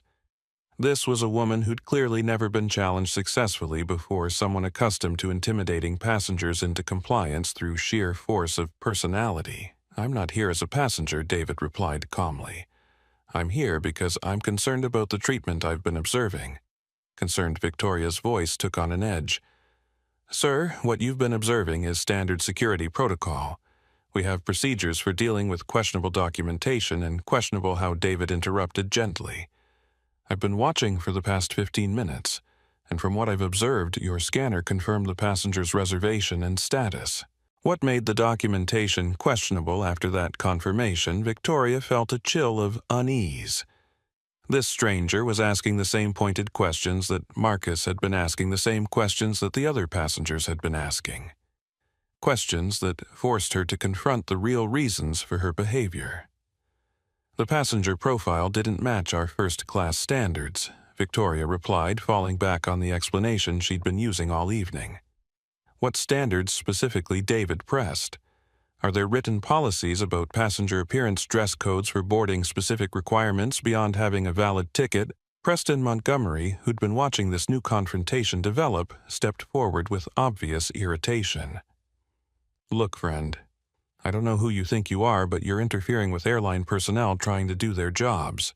David turned his attention to Preston, taking in the expensive suit, the obvious entitlement, the assumption that his intervention would be welcomed by staff. I think there's been a misunderstanding about who's doing their job and who's failing to do theirs, David replied mildly. From what I've observed, a passenger with valid documentation has been harassed and threatened with arrest based solely on appearance. That doesn't sound like anyone doing their job correctly. Preston's face flushed red. That girl was clearly trying to scam her way into first class. Anyone with eyes could see she didn't belong there, based on what David asked. Her clothing, her age, her race. The direct question hung in the air like an accusation. Preston sputtered, realizing he'd been maneuvered into revealing his actual motivations. It's not about race, Preston protested. It's about standards, about maintaining order, about people knowing their place. Their place, David repeated softly. And who determines where someone's place is Mr. Montgomery, Preston Montgomery III. And I determine my place through hard work and success, not by demanding handouts or special treatment. David nodded thoughtfully. And you've determined that young woman's place based on what information exactly? Her achievement, her work ethic, her character. I've determined it based on obvious facts, Preston replied, his voice rising. Look at her. Look at how she's dressed. Look at the chaos she's created by refusing to accept reality. Zara had been listening to this exchange in growing amazement. This stranger was methodically dismantling every argument that had been used against her, forcing her critics to confront the prejudices behind their positions. But there was something familiar about his approach, something that reminded her of Dad. Zara called out uncertainly. David looked over at his daughter with a smile that transformed his entire appearance. The cold, analytical expression he'd been wearing while questioning Victoria and Preston melted into pure paternal warmth. "Hello, sweetheart," David said simply. The two words hit the gate area like a bomb blast. Victoria's face went white. Preston took a step backward as if he'd been physically struck. Officer Kane, who'd been hovering uncertainly on the edges of the group, suddenly understood why everyone had been treating this situation as if it was about to explode. Marcus Williams felt a mixture of relief and vindication. The CEO had been watching everything, had seen the professional way Marcus had handled the investigation, had witnessed firsthand the discrimination that Marcus had documented. Maria Santos smiled broadly. "Well," she said to Diego, "I think things are about to get very interesting." James Rodriguez lowered his phone, which had been recording the entire exchange. "This is going to be one hell of a story," he muttered. Rebecca Walsh felt a surge of satisfaction. She'd stood up for what was right, and now it was clear that the young woman she'd defended was the daughter of the man who could actually change things. But Victoria Blackwood felt only terror. Every word she'd spoken, every assumption she'd made, every discriminatory action she'd taken had been witnessed by the CEO whose daughter she'd been harassing. Her career wasn't just over, it was destroyed. David walked over to Zara and embraced her gently. "I'm sorry you had to go through this," he said quietly, "but I'm proud of how you handled yourself. Dad, you didn't need to." "Yes, I did," David interrupted firmly. "Some things are more important than board meetings." He turned back to face Victoria Preston and Officer Kane, his expression returning to cold professionalism. "Now," David said, his voice carrying clearly throughout the suddenly silent gate area, "I think we need to have a conversation about accountability consequences and what it really means to represent Elite Airways with integrity." The reckoning had begun. David Mitchell stood in the center of the gate area like a judge preparing to deliver verdicts, his casual appearance completely at odds with the authority radiating from his presence. The crowd of passengers, staff, and security personnel formed a natural circle around him, everyone understanding instinctively that they were about to witness something significant. Miss Blackwood David began, his voice calm but carrying an edge of steel. "I'd like you to walk me through your decision-making process this evening, starting from the moment my daughter approached your counter." Victoria Blackwood felt like she was drowning in slow motion. Every word she'd spoken, every assumption she'd made was about to be dissected by the one person who could end her career with a single decision. But she was trapped. Admitting fault would be professional suicide, but continuing to defend her actions meant doubling down on discrimination in front of the CEO. Mr. Mitchell, Victoria began, her voice shaking slightly. There was a boarding situation that required additional verification due to unusual circumstances. "What circumstances specifically?" David interrupted. "Please be precise." Victoria glanced around the circle of faces, watching her, looking for support that wasn't coming. Even Preston Montgomery had stepped back, suddenly reluctant to be associated with her defense. The passenger's appearance didn't match the typical profile for a first-class cabin, Victoria said, immediately realizing how terrible that sounded.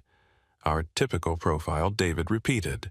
"Miss Blackwood, could you describe for everyone here what you believe constitutes our typical first-class profile?"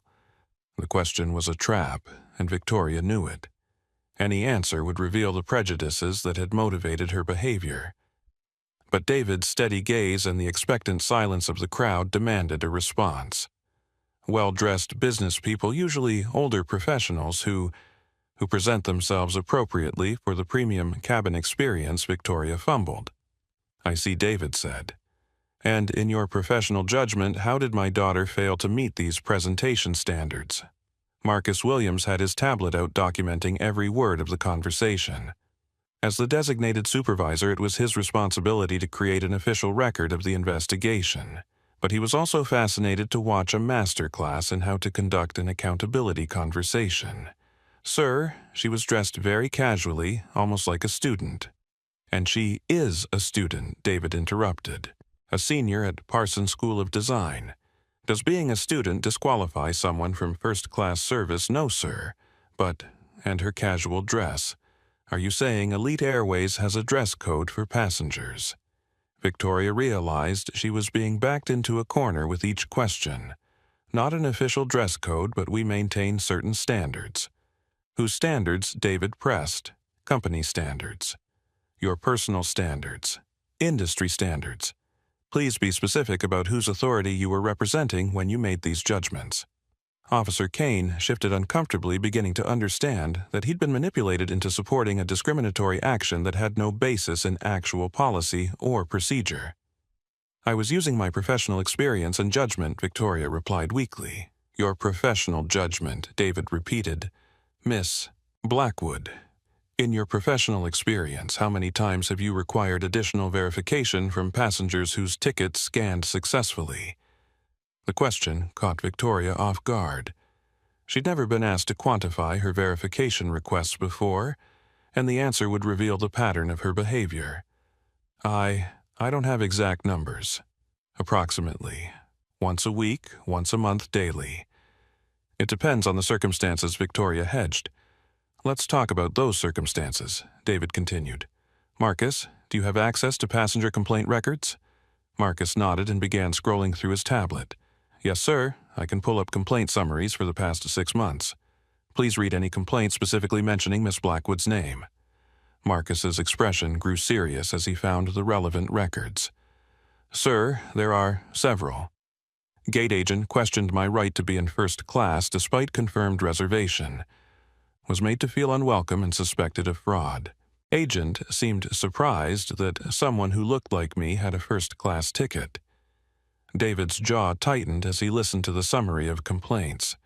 Each one painted a picture of discriminatory behavior that had been allowed to continue unchecked. How many complaints total? David asked. 14 formal complaints in 6 months, sir, all following a similar pattern. The number hit the crowd like a revelation.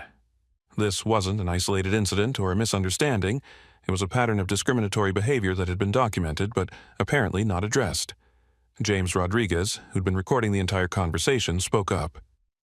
Sir, I'm a retired military pilot with 30 years of flying experience. What I witnessed tonight wasn't professional judgment. It was profiling, pure and simple. David nodded appreciatively. Mr. Rodriguez, thank you for your service and for speaking up tonight. Your intervention was noted and appreciated. He turned back to Victoria. Miss Blackwood, given this pattern of complaints, how do you explain your continued employment with Elite Airways? Victoria felt trapped. She'd never been directly confronted about the complaints before they'd apparently been filed and forgotten, with no meaningful consequences for her behavior. I wasn't aware of any pattern, Victoria lied. Individual complaints can be misunderstandings or miscommunications. 14. Misunderstandings in 6 months, David said dryly, all involving passengers who felt discriminated against by your appearance-based judgments. Miss Blackwood, do you see a pattern there? Preston Montgomery, who'd been growing increasingly uncomfortable as the conversation revealed the extent of Victoria's discriminatory behavior, finally tried to distance himself from his earlier support. Look, I may have been hasty in my initial assessment, Preston began. These situations can be confusing, and Mr. Montgomery David interrupted, turning his attention to Preston with the same cold, analytical gaze. You weren't hasty. You were actively supportive of discriminatory treatment. You told my daughter to go to her assigned section and let the adults board. You questioned whether someone who looked like her could afford a first-class seat. Your behavior tonight wasn't confusion, It was conscious choice to support prejudice. Preston's face flushed red. I was just supporting proper procedures. No, Rebecca Walsh interrupted, stepping forward. You were supporting discrimination because it didn't affect you personally. I was sitting right there and I heard every word you said. You weren't confused, you were cruel. Maria Santos nodded in agreement. My son was listening to everything you said. You were teaching him that some people matter less than others based on how they look. Preston found himself surrounded by hostile faces, passengers who'd witnessed his behavior and were no longer willing to let him rewrite the narrative. This is ridiculous, Preston sputtered. I refuse to be lectured by whom? David asked quietly. By passengers who witnessed your behavior, by staff documenting your actions, by the CEO whose daughter you helped humiliate. The words hung in the air like a death sentence. Preston realized that his comfortable assumption that wealth and status would protect him from consequences was about to be tested. Captain Thompson, who'd been watching the investigation unfold, stepped forward to address David directly. Sir, as the pilot in command for this flight, I want to formally apologize for the treatment your daughter received from our staff. This is not reflective of Elite Airways values, and I take personal responsibility for ensuring it doesn't happen again. Thank you, Captain David replied. Your professionalism and immediate response to correct this situation have been noted. However, I think we need to acknowledge that this isn't just about one employee's bad judgment. This is about a culture that allowed discriminatory behavior to continue unchecked despite multiple formal complaints. Marcus Williams cleared his throat nervously. Sir, I want to take responsibility for not addressing the pattern of complaints more aggressively. The complaints were filed, but follow-up training and corrective action should have been implemented earlier. David studied Marcus carefully. The supervisor was taking accountability rather than making excuses, which spoke well of his character and leadership potential. Marcus, I appreciate your honesty, but I'm more interested in solutions than blame assignment. What recommendations would you make for preventing similar incidents in the future? Marcus straightened, understanding that he was being tested on his ability to think beyond the immediate crisis. Sir, I recommend mandatory bias training for all customer-facing staff, revised complaint procedures that require supervisor review within 24 hours, and customer feedback monitoring that flags patterns of discriminatory treatment. Additionally, I think we need clear consequences for staff who violate our dignity and respect policies. Excellent recommendations, David said approvingly.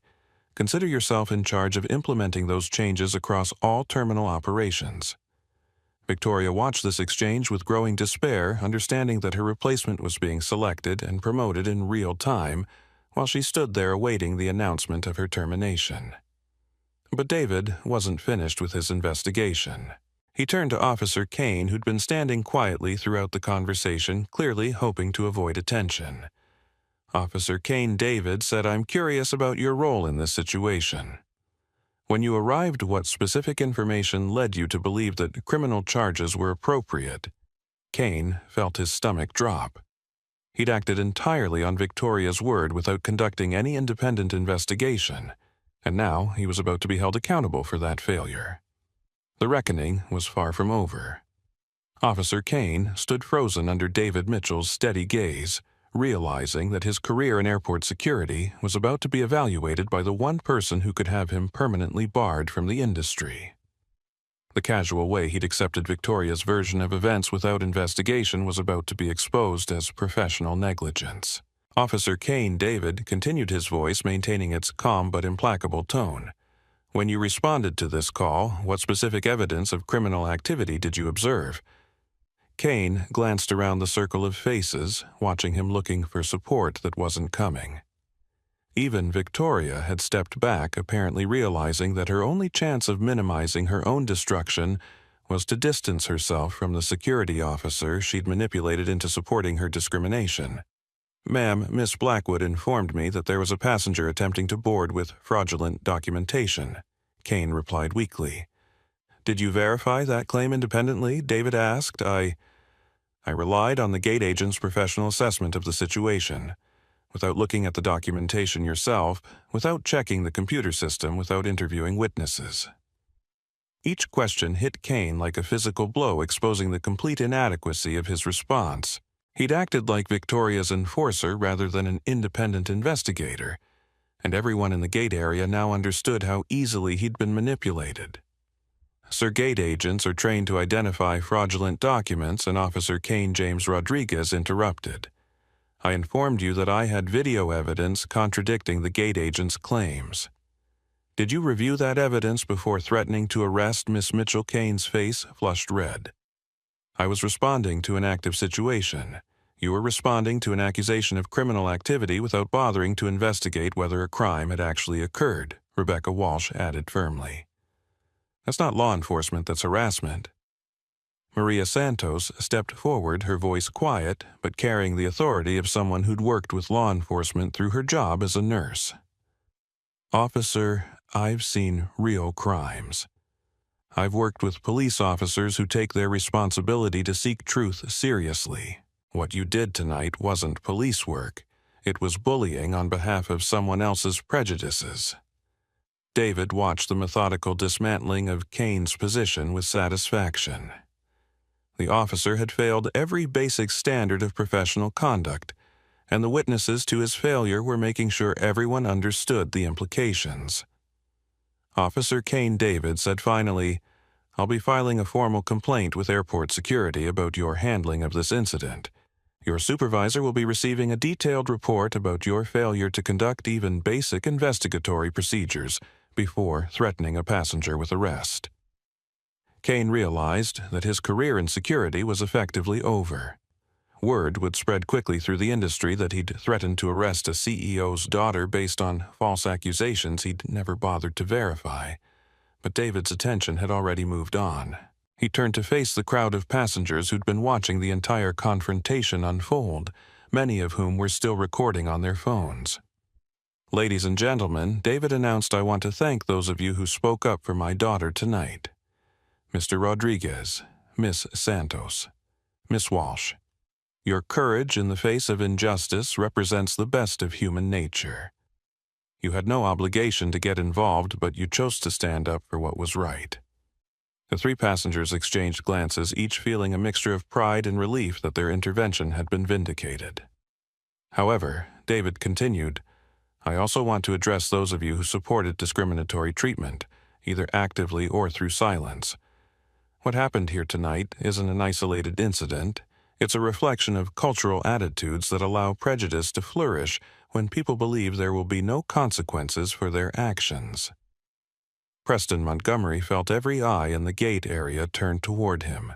His earlier confidence had been replaced by the growing realization that his behavior had been documented and would likely follow him far beyond this airport terminal. Mr. Montgomery, David said, addressing him directly, you actively encouraged discriminatory treatment of my daughter. You questioned her right to be in first class based solely on her appearance. You dismissed her as entitled and suggested she didn't belong among adults. Do you stand by those statements? Preston felt trapped. Backing down would look like cowardice, but doubling down would mean defending obvious discrimination in front of the CEO and dozens of witnesses. I may have misread the situation, Preston said weakly. You didn't misread anything. Zara spoke for the first time since her father's arrival, her voice clear and strong. You saw exactly what you expected to see, a young black woman who you assumed didn't belong in first class. The only thing you misread was whether there would be consequences for your prejudice. Her words hit Preston like a slap. Coming from the young woman he'd dismissed and demeaned, they carried more weight than any accusations from her father. You could have said nothing, Zara continued. You could have minded your own business, but you chose to actively support discrimination because it made you feel superior. That says everything about your character. Preston found himself speechless, facing the accusation from someone he'd helped humiliate, while surrounded by passengers who'd witnessed his behavior. David felt immense pride watching his daughter confront her tormentor with such grace and power. She wasn't seeking revenge, she was demanding accountability and recognition of the harm that had been done. Miss Blackwood David said, turning to Victoria for what everyone understood would be her final evaluation. "Do you have anything you'd like to say before I make my decision about your continued employment?" Victoria looked around the circle of faces one more time, searching for any possibility of redemption or mercy. But she found only the consequences of her own actions staring back at her. Mr. Mitchell Victoria began, her voice barely above a whisper. "I want to apologize for my treatment of your daughter. I made assumptions that were inappropriate and unprofessional." "Inappropriate and unprofessional," David repeated. "Miss Blackwood, you subjected my daughter to harassment, humiliation, and threats of arrest based solely on your racial prejudices. You ignored your own computer system's verification in favor of your personal biases. You escalated a non-existent problem into a crisis that required security intervention. And according to the records Marcus provided, this was the 14th time in 6 months you've subjected passengers to similar treatment." Victoria felt the weight of every decision she'd made that evening crushing down on her.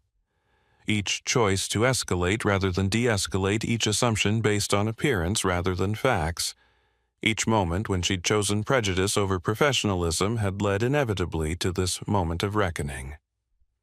"I understand that my judgment was flawed," Victoria said desperately, "but I believe I can learn from this experience and improve my performance." "No," David interrupted firmly.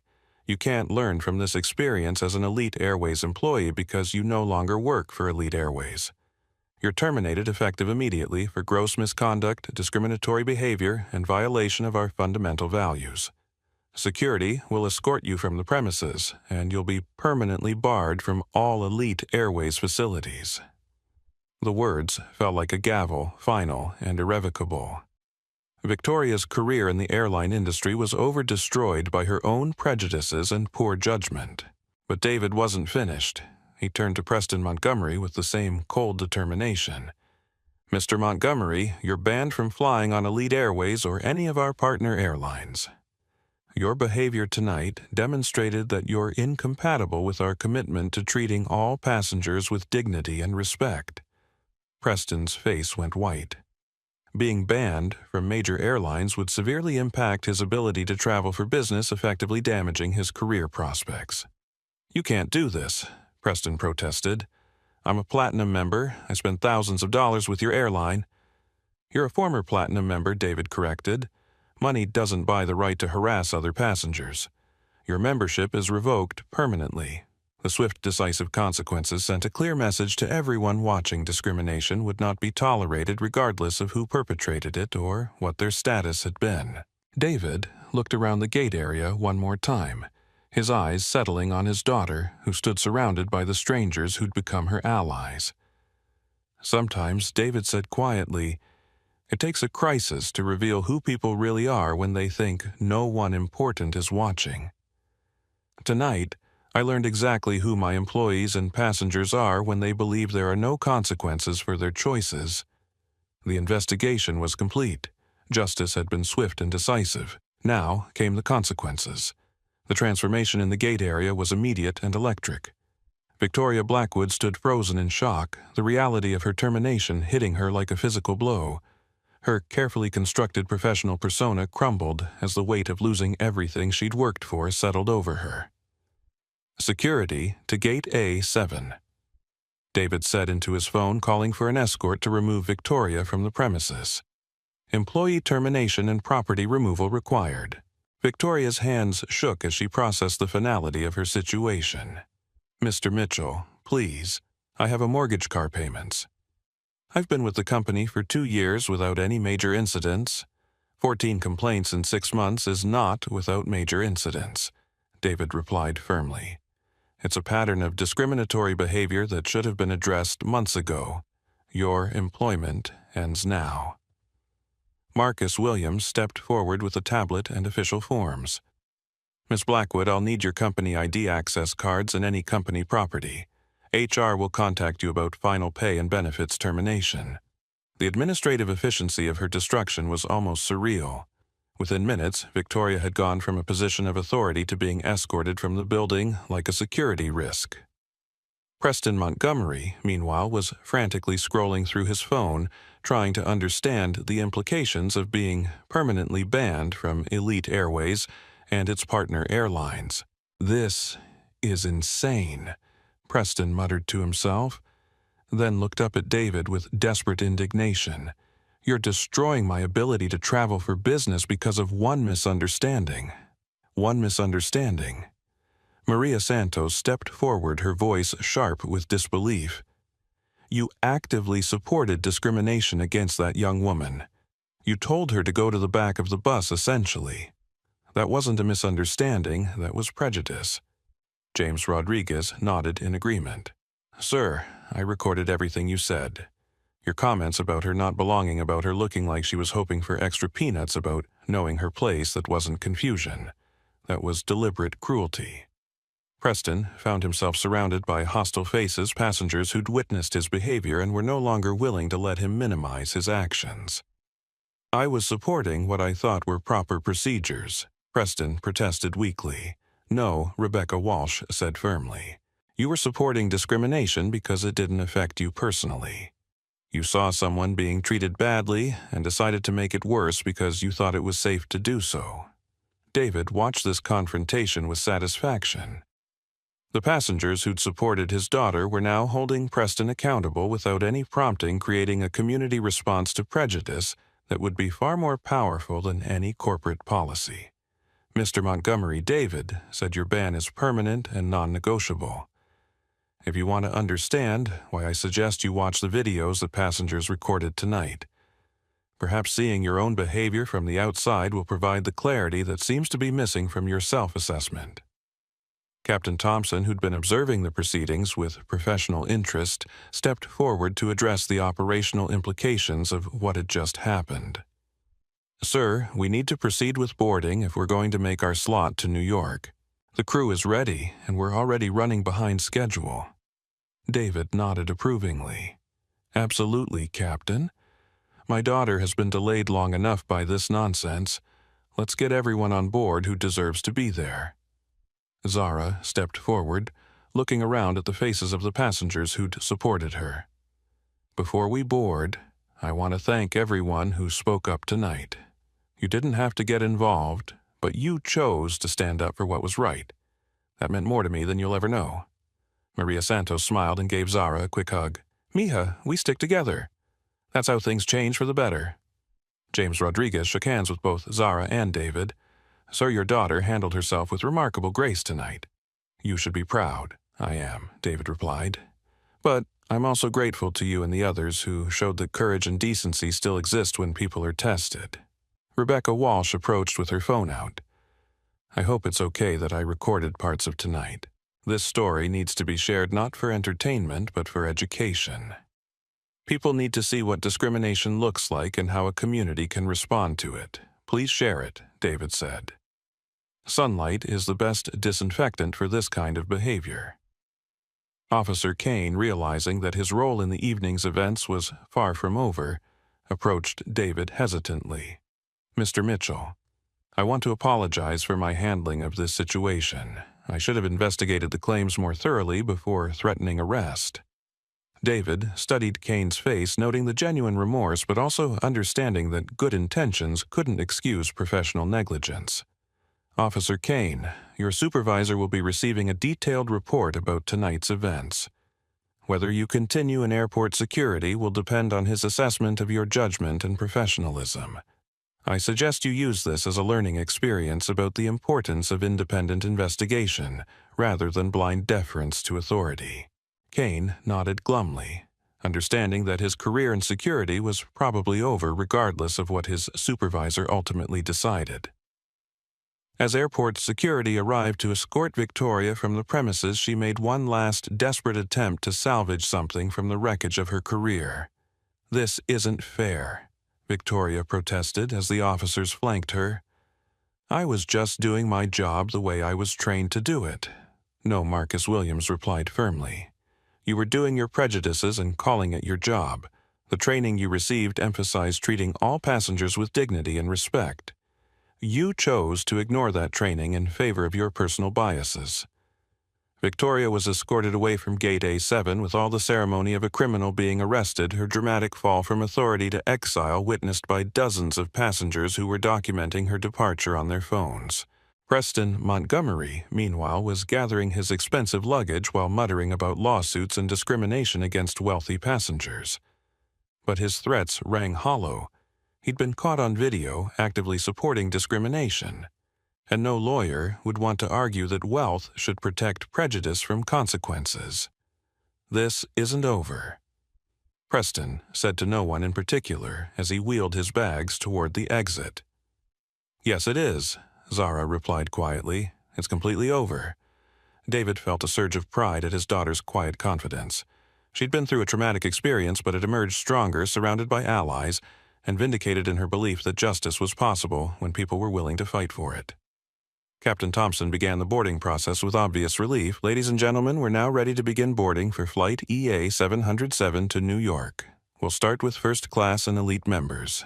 Zara approached the podium with her boarding pass, the same piece of paper that had started the entire confrontation. But this time there was no question about her right to be there, no assumptions about her worthiness, no barriers between her and the seat she'd legitimately purchased. "Welcome aboard, Miss Mitchell," Captain Thompson said warmly. "I hope the rest of your journey is far more pleasant than what you experienced here tonight." "Thank you, Captain. I have a feeling it will be." As Zara walked down the jetway toward the aircraft, followed by her father and the passengers who'd supported her, the gate area slowly emptied of the drama that had defined the past hour. The overnight cleaning crew began their routine work, but the impact of what had happened would ripple far beyond the physical space. Social media was already exploding with videos, commentary, and debate about the night's events.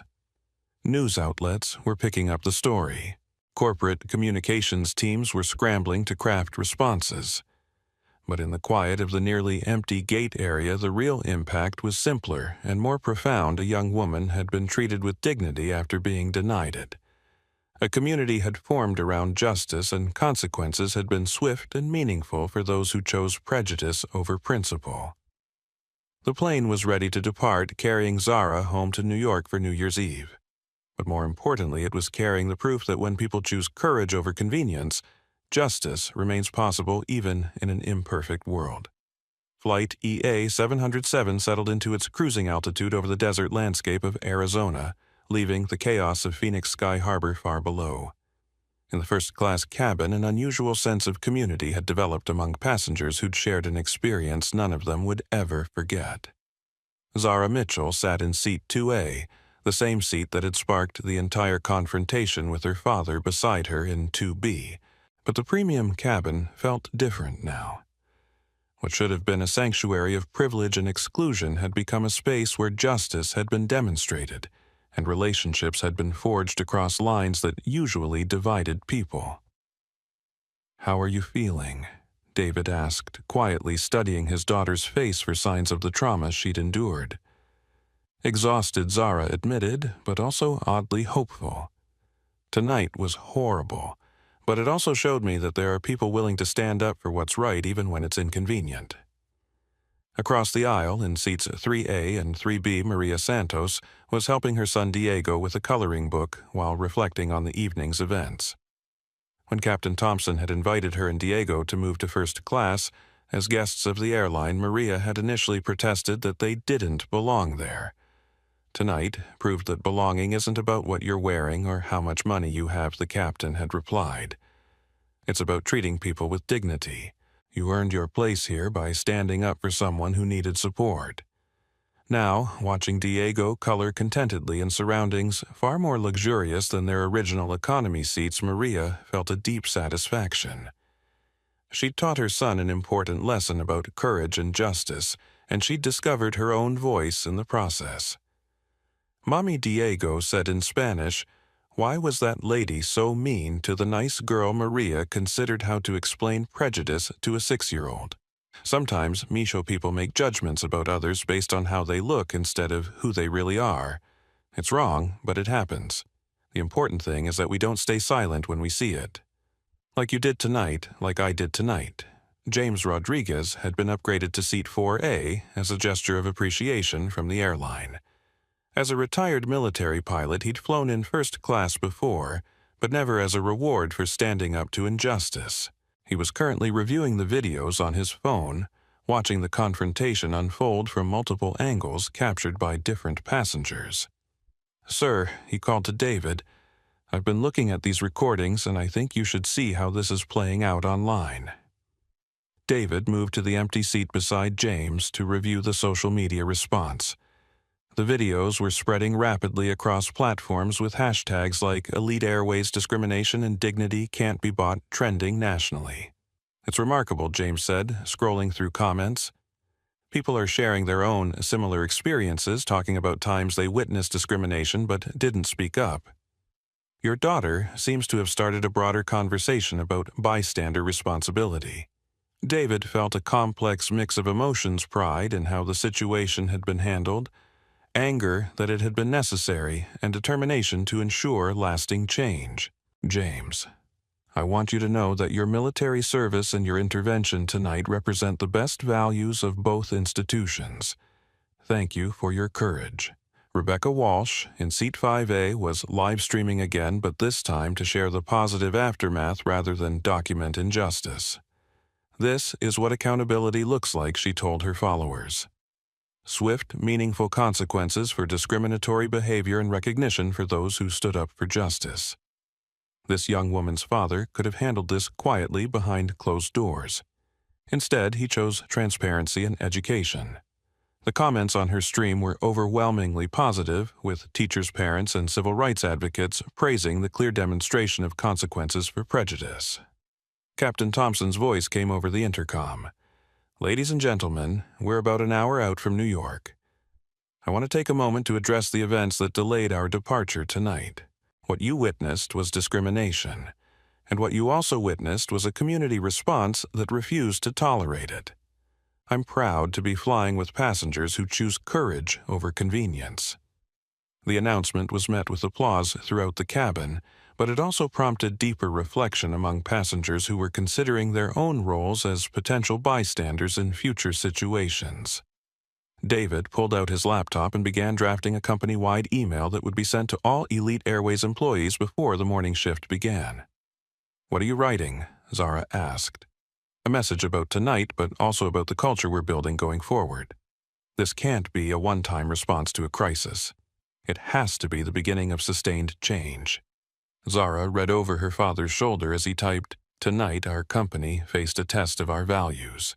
A passenger was subjected to discriminatory treatment by our staff, and that treatment was witnessed and documented by fellow travelers who chose to speak up for justice. The employee responsible has been terminated immediately. The passenger affected was my daughter, but that's not why consequences were swift. It's because discrimination is wrong regardless of who experiences it." Dad Zara said softly, "Can I add something to that?" David handed her the laptop. Zara scrolled to the end of the draft and began typing, "I've traveled on Elite Airways my entire life, and I've seen the company my father built with the intention of treating every passenger with dignity. Tonight, I experienced the gap between intention and reality, but I also experienced the power of strangers who chose to support someone they didn't know because it was right. That's the culture we're building, one where silence in the face of injustice is not acceptable, and where courage is recognized and rewarded." David read his daughter's addition with growing admiration. "Perfect. But are you sure you want to be identified in a company communication? This will make you a public figure in ways you might not want." "I've been thinking about that," Zara replied. "What happened tonight is going viral anyway. I can either let other people control the narrative, or I can use my voice to make something positive come from a negative experience." The conversation was interrupted by Maria Santos, who approached their seats hesitantly. "I'm sorry to bother you," Maria said, "but I wanted to thank you both. Zara, watching you handle that situation with such grace gave me courage to speak up. And Mr. Mitchell seeing real consequences for discrimination gives me hope that things can actually change." David stood to face Maria directly. "Miss Santos, I want to offer you a position with Elite Airways as a customer experience consultant. Your willingness to intervene tonight, combined with your professional background as a nurse, suggests you understand how to treat people with dignity, even under pressure. Maria's eyes widened in surprise. Sir, I appreciate the offer, but I'm not qualified for corporate consulting. You're qualified by your character, David interrupted. Technical skills can be taught, but integrity and courage can't. Would you consider it? Maria looked at Diego, who was listening to the conversation with wide eyes, then back at David. Can I think about it and get back to you? Of course. Take all the time you need. As the plane began its descent toward New York, Zara felt a strange sense of closure about the evening's events. What had begun as humiliation and discrimination had ended with community justice and the promise of meaningful change. She looked around the first-class cabin at Maria and Diego, at James Rodriguez, at Rebecca Walsh, at the passengers who'd chosen to support her when she needed it most. This wasn't the isolated, privilege-protected space that first class usually represented. It was a community that had been forged through shared experience and moral courage. Dad Zara said, as the plane began its final approach to JFK, I think tonight changed more than just a few policies. I think it showed people what's possible when we refuse to accept discrimination as normal. David squeezed his daughter's hand. That's exactly what I was hoping you'd take from this experience. Justice isn't something that happens to us. It's something we create by our choices. As Flight EA 707 touched down at JFK Airport, carrying its passengers towards New Year's Eve, and new beginnings, the real impact of the night's events was just beginning to unfold across social media news outlets and the conversations of people who'd witnessed what accountability looked like when principles were tested under pressure. By the time Flight EA 707 touched down at JFK Airport, the story of Zara Mitchell's confrontation with Elite Airways staff had exploded across social media platforms with the force of a cultural earthquake. The combination of clear video evidence, swift corporate justice, and the involvement of a CEO's family had created a perfect storm of viral engagement that was reshaping conversations about discrimination, privilege, and accountability in real time. James Rodriguez's original video had been viewed over 2 million times across multiple platforms. But more importantly, it had spawned thousands of response videos, commentary threads, and personal stories from people sharing their own experiences with discriminatory treatment while traveling. Dad, look at this, Zara said, scrolling through her phone as they disembarked the aircraft. People are calling it Gatus-even justice, and they're sharing stories from all over the country about similar experiences. David reviewed the trending hashtags on his phone, noting how quickly the conversation had evolved beyond just their specific incident. Elite Airways accountability was trending alongside bystander courage and traveling while black, creating a broader discussion about discrimination in the travel industry. But not all the coverage was positive. Conservative commentators and some social media influencers were framing the story as an example of cancel culture and reverse discrimination, arguing that Victoria Blackwood had been unfairly destroyed for making a reasonable professional judgment. How does this feel? Asked a reporter who'd been waiting at the gate, thrusting a microphone towards Zara as she entered the terminal. Becoming the face of airline discrimination overnight, David stepped protectively closer to his daughter, but Zara indicated she wanted to respond. I never wanted to become the face of anything, Zara replied thoughtfully. But if my experience helps other people understand what everyday discrimination looks like, and more importantly, how communities can respond to it, then something good comes from something terrible. What do you say to critics who argue that your father's position gave you unfair advantages in resolving this situation? The question was sharp but fair, and Zara had been expecting it. My father's position meant there were consequences for discriminatory behavior that might not have existed for other passengers, Zara answered. That's not fair. It's tragic. Every passenger should be treated with the dignity I was eventually shown regardless of who their parents are or what they can afford. Her response was being broadcast live on social media, adding another layer to the viral conversation about privilege justice and institutional accountability. David's phone rang constantly during their walk through the terminal.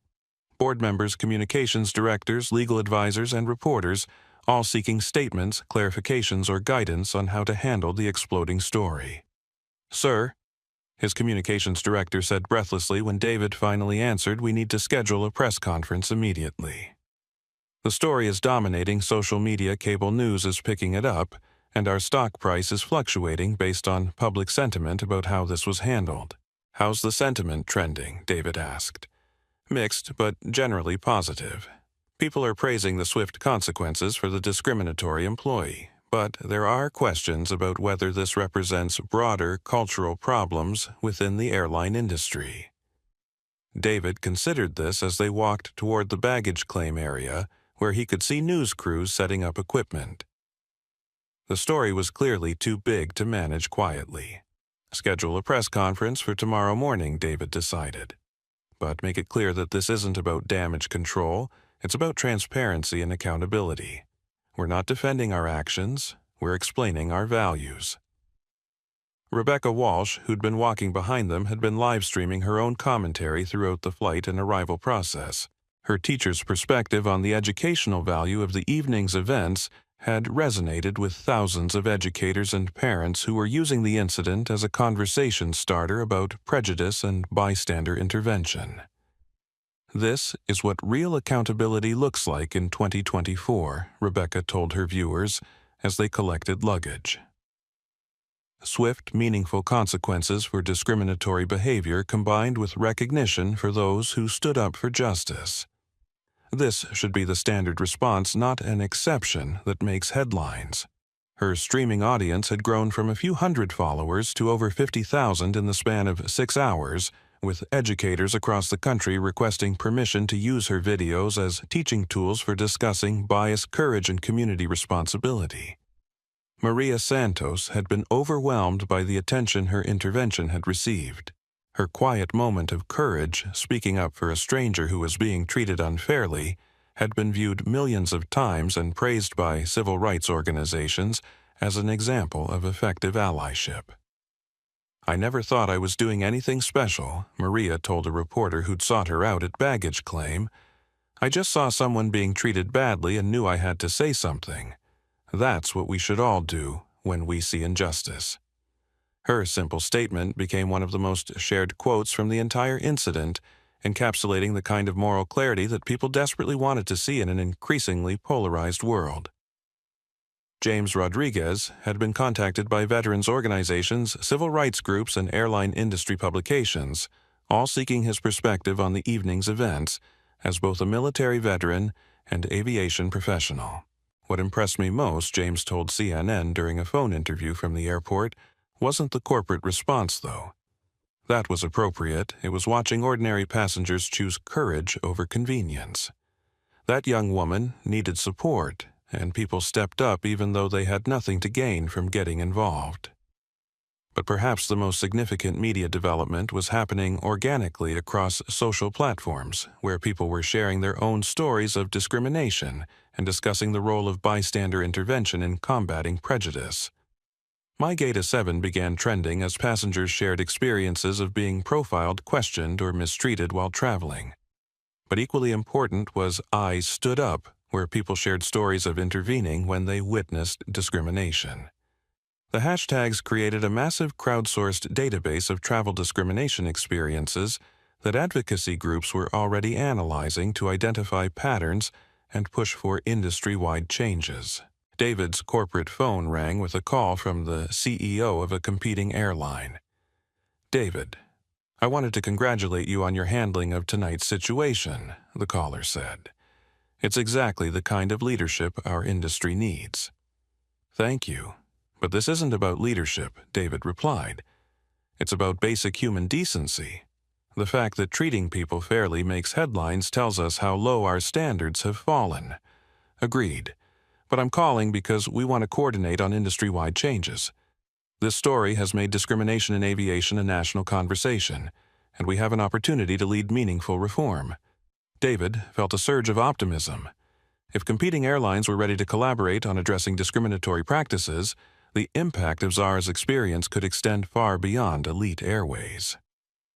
As they finally reached the exit of JFK Airport, David and Zara were greeted by a crowd of supporters who'd seen the story online and come to the airport to show solidarity. Signs reading, "Dignity can't be bought," and "Thank you for standing up" were held by a diverse group of travelers, civil rights activists, and ordinary New Yorkers who'd been moved by the evening's events.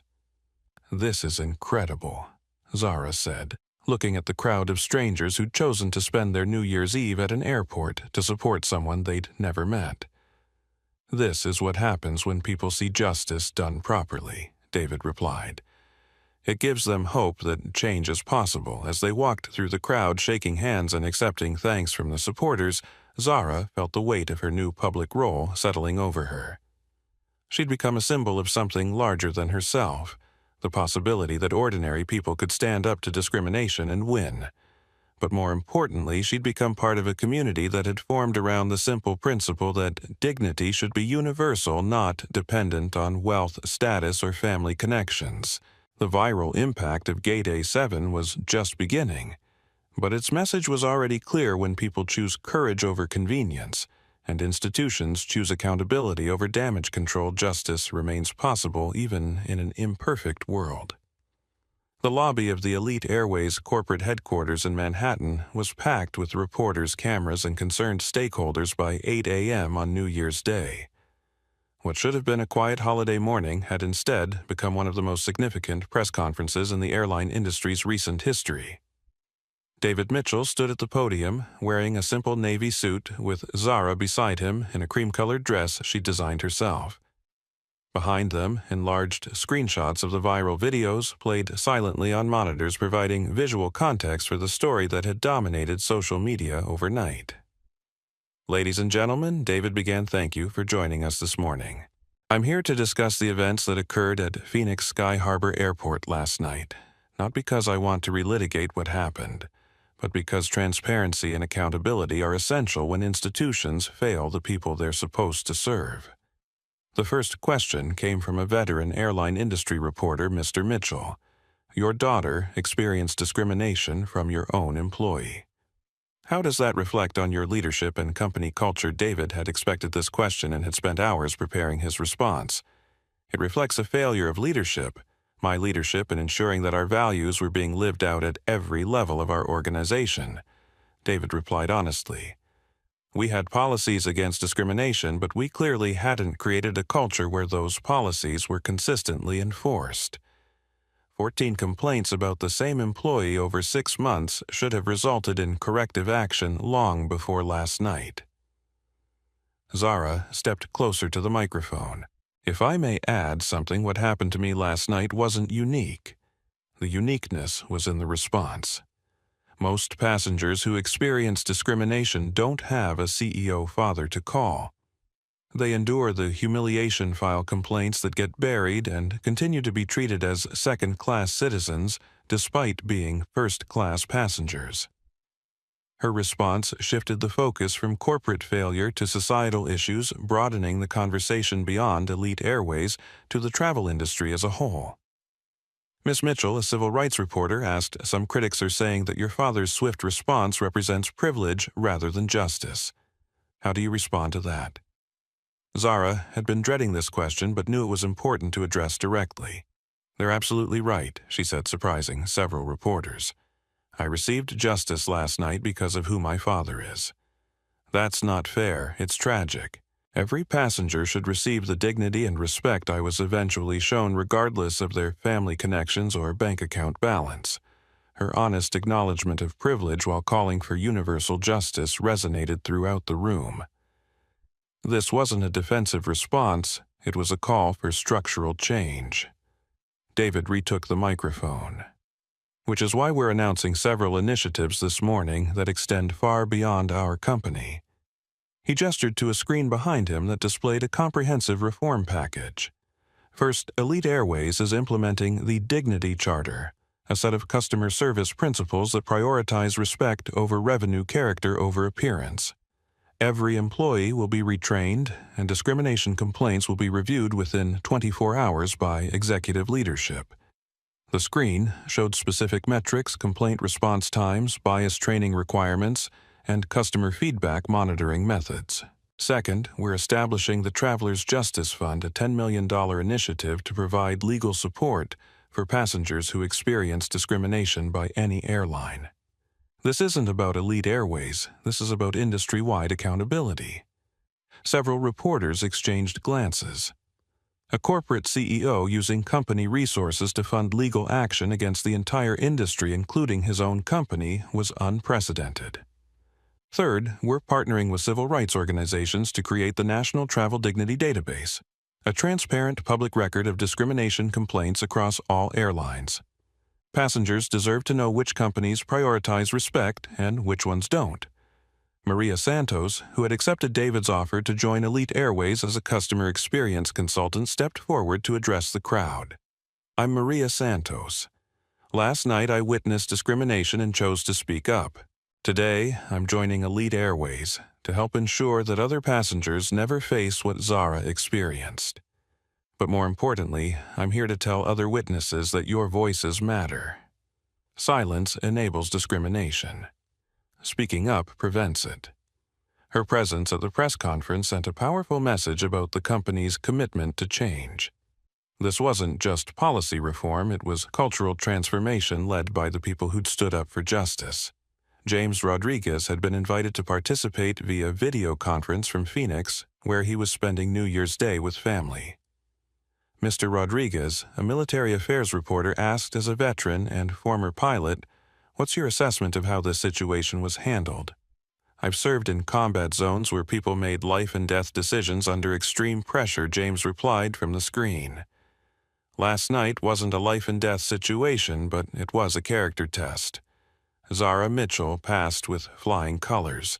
The passengers who supported her passed. The CEO, who held people accountable, passed. The employee who discriminated and the passengers who encouraged it failed spectacularly." His military authority lent weight to the moral assessment, framing the incident in terms of character rather than policy disputes.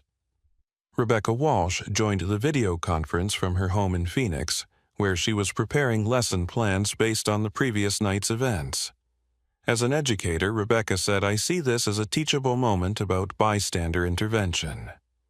Too often, people witness discrimination and stay silent because they don't want to get involved. Last night proved that when ordinary people choose courage over convenience, justice becomes possible." A reporter from an education publication asked, "How are you using this incident in your curriculum?" "We're developing a complete unit on moral courage using last night's videos to discuss bias recognition intervention strategies and community responsibility," Rebecca replied. "Students need to see what it looks like when people choose to act on their values rather than just talk about them." The press conference was being live-streamed across multiple platforms, with real-time engagement numbers showing millions of viewers. Comments were overwhelmingly positive, with people praising the transparency and comprehensive response to the discrimination incident. But the most powerful moment came when David invited questions about the personal impact on his family. Mr. Mitchell, a family-focused reporter, asked, "How has this experience affected your relationship with your daughter?"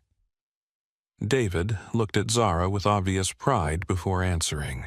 "Last night I watched my daughter handle humiliation and discrimination with more grace than I might have shown. She refused to use my name to get special treatment, insisted on being judged by her character rather than her connections, and turned a personal trauma into a teachable moment for thousands of people." He paused, his voice taking on a more emotional tone. "But more importantly, I watched strangers, people who owed her nothing, choose to stand up for her because it was right. That gives me hope for the future we're building together." Zara stepped forward for the final time. "I want to say something directly to other young people who might be watching this. What happened to me last night was wrong, but it wasn't unique. Discrimination happens every day to people who don't have cameras recording or CEOs for fathers. The question is, what are we going to do about it?" She looked directly into the camera. "If you see someone being treated unfairly, speak up. If you witness discrimination, document it. If you have privilege, use it to protect people who don't. And if you experience injustice, know that you're not alone, and that change is possible when people choose courage over convenience. The press conference ended with sustained applause from the reporters, an unusual response that reflected the moral clarity and comprehensive response to a situation that could have been handled with typical corporate damage control. As David and Zara walked off the stage, they both understood that their lives had changed permanently. They'd become public figures in the fight against discrimination with all the opportunities and responsibilities that role entailed. But they'd also proven that when institutions choose accountability over defensiveness, and individuals choose courage over comfort, justice remains possible even in an imperfect world. The real test would come in the months ahead as policies became practices and public attention moved on to other stories. But the foundation had been laid for lasting change, built on the simple principle that dignity should be universal rather than conditional. 6 months after the Gate A7 incident, the impact was visible throughout the airline industry and beyond. What had begun as one young woman's experience with discrimination had evolved into a movement that changed how companies responded to bias complaints and how communities supported victims of prejudice. Victoria Blackwood's fall from grace had been swift and complete. No major airline would hire her after the viral videos documented her discriminatory behavior. She'd eventually found work at a small regional airport in rural Ohio, processing baggage claims for a fraction of her previous salary. The contrast between her former position of authority and her current circumstances served as a stark reminder that discrimination carried real consequences. But Victoria's punishment was less significant than the broader changes her actions had inadvertently inspired. The Elite Airways Dignity Charter had become an industry standard, with competing airlines implementing similar policies to avoid their own viral discrimination scandals. Customer complaint procedures had been streamlined across the industry, with bias incidents requiring executive review within 24 hours. Preston Montgomery's business had suffered significantly from his ban from major airlines. His inability to travel efficiently for client meetings had cost him several major accounts, and his company's reputation had been damaged by viral videos showing him supporting discriminatory treatment. He'd been forced to sell his Manhattan apartment and downsize his lifestyle dramatically, a humbling experience that had allegedly led to some personal reflection about privilege and prejudice.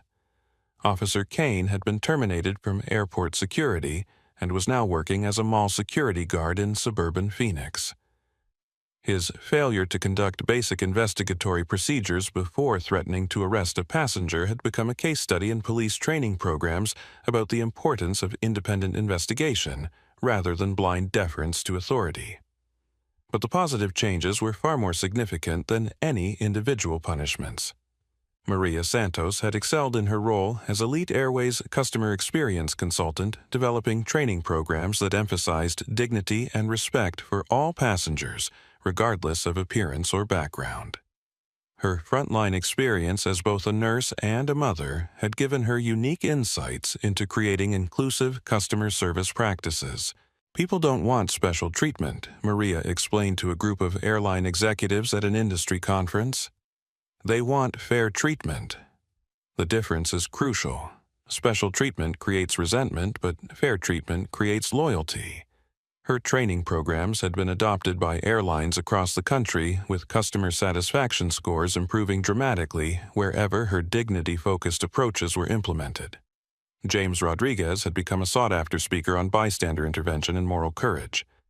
His military background and the viral video of his intervention had made him a powerful advocate for people who witness discrimination to speak up rather than remain silent. "In the military, we have a saying, 'Leave no one behind,'" James told audiences. "That principle shouldn't end when you take off the uniform. When you see someone being treated unfairly, you have a choice. Be part of the solution or be part of the problem through your silence." Rebecca Walsh had developed a comprehensive curriculum on recognizing and responding to bias that was being used in schools across the country. Her educational materials used the Gate A7 videos as teachable moments about moral courage, community responsibility, and the power of ordinary people to create change. Students need to see what it looks like when people act on their values, Rebecca explained to education reporters. Too often, we teach about historical heroes who stood up to injustice without showing them that they can be heroes in their own lives. The National Travel Dignity Database had become a powerful tool for tracking discrimination patterns across the airline industry. The transparent public record of bias complaints had forced companies to address problems they'd previously been able to hide or ignore. Zara Mitchell had graduated from Parsons with honors and launched her fashion line Dignity Designs, which specialized in high-quality, comfortable clothing that challenged assumptions about who belonged in luxury spaces. Her signature piece, a premium hoodie with the words, "Judge Character, Not Appearance," embroidered subtly on the sleeve, had become a symbol of the movement her experience had inspired. But more importantly, Zara had become a powerful advocate for travel equity, working with civil rights organizations to document and combat discrimination in the hospitality industry. "What happened to me was terrible," Zara said during a TEDx talk 6 months after the incident. "But what happened after was beautiful. Strangers chose to stand up for someone they didn't know because it was right. That's the world we can build when we choose courage over convenience." David Mitchell had transformed Elite Airways into the industry leader in customer dignity practices. The company's stock price had initially fluctuated after the incident, but had ultimately reached record highs as customers chose to fly with an airline that demonstrably prioritized respect over profit. But perhaps the most significant long-term impact was cultural. The phrase Gate A7 justice had entered common usage to describe swift, meaningful consequences for discriminatory behavior. The incident had become a reference point for how institutions should respond when their values were tested under pressure. More importantly, the community of witnesses who'd supported Zara had stayed in touch, creating lasting friendships based on shared values and mutual respect. They'd proven that moral courage was contagious. When people saw others standing up for justice, they were more likely to act courageously themselves. 6 months later, Zara boards another Elite Airways flight, this time wearing a designer dress from her own fashion line. The gate agent, a young Hispanic woman trained under the new dignity protocols, greets her warmly by name. No assumptions, no judgment, just professional respect that every passenger deserves. As Zara settles into her seat, she texts her father smoothboarding today. "Your policies are working." David, now recognized as an industry leader in equality initiatives, responds. "The real change started with your courage that New Year's Eve. Proud of you always." The plane lifts off into clear skies, carrying passengers who know they'll be treated with dignity, regardless of their appearance, background, or bank account. In seat 2, the same seat where everything began, sits a young college student in jeans and a hoodie reading quietly while waiting for takeoff. No one questions his right to be there. No one assumes he doesn't belong, because sometimes it takes one moment of injustice to create a lifetime of change, and one father's love to ensure it never happens again. The story of Gate A7 reminds us that justice isn't something that happens to us. It's something we create through our choices, our courage, and our commitment to treating every person with the dignity they deserve. If this story moved you, please hit that like button and share it with someone who needs to hear this message. Subscribe to our channel for more stories about justice, courage, and the power of ordinary people to create extraordinary change. And remember, the next time you see someone being treated unfairly, you have a choice: be part of the solution or be part of the problem through your silence. Choose courage. Choose justice. Choose to be the person who stands up when it matters most. What would you have done in Zara's situation? Let us know in the comments below, and don't forget to ring that notification bell so you never miss our latest uploads. Until next time, keep fighting for a world where dignity is universal, not conditional.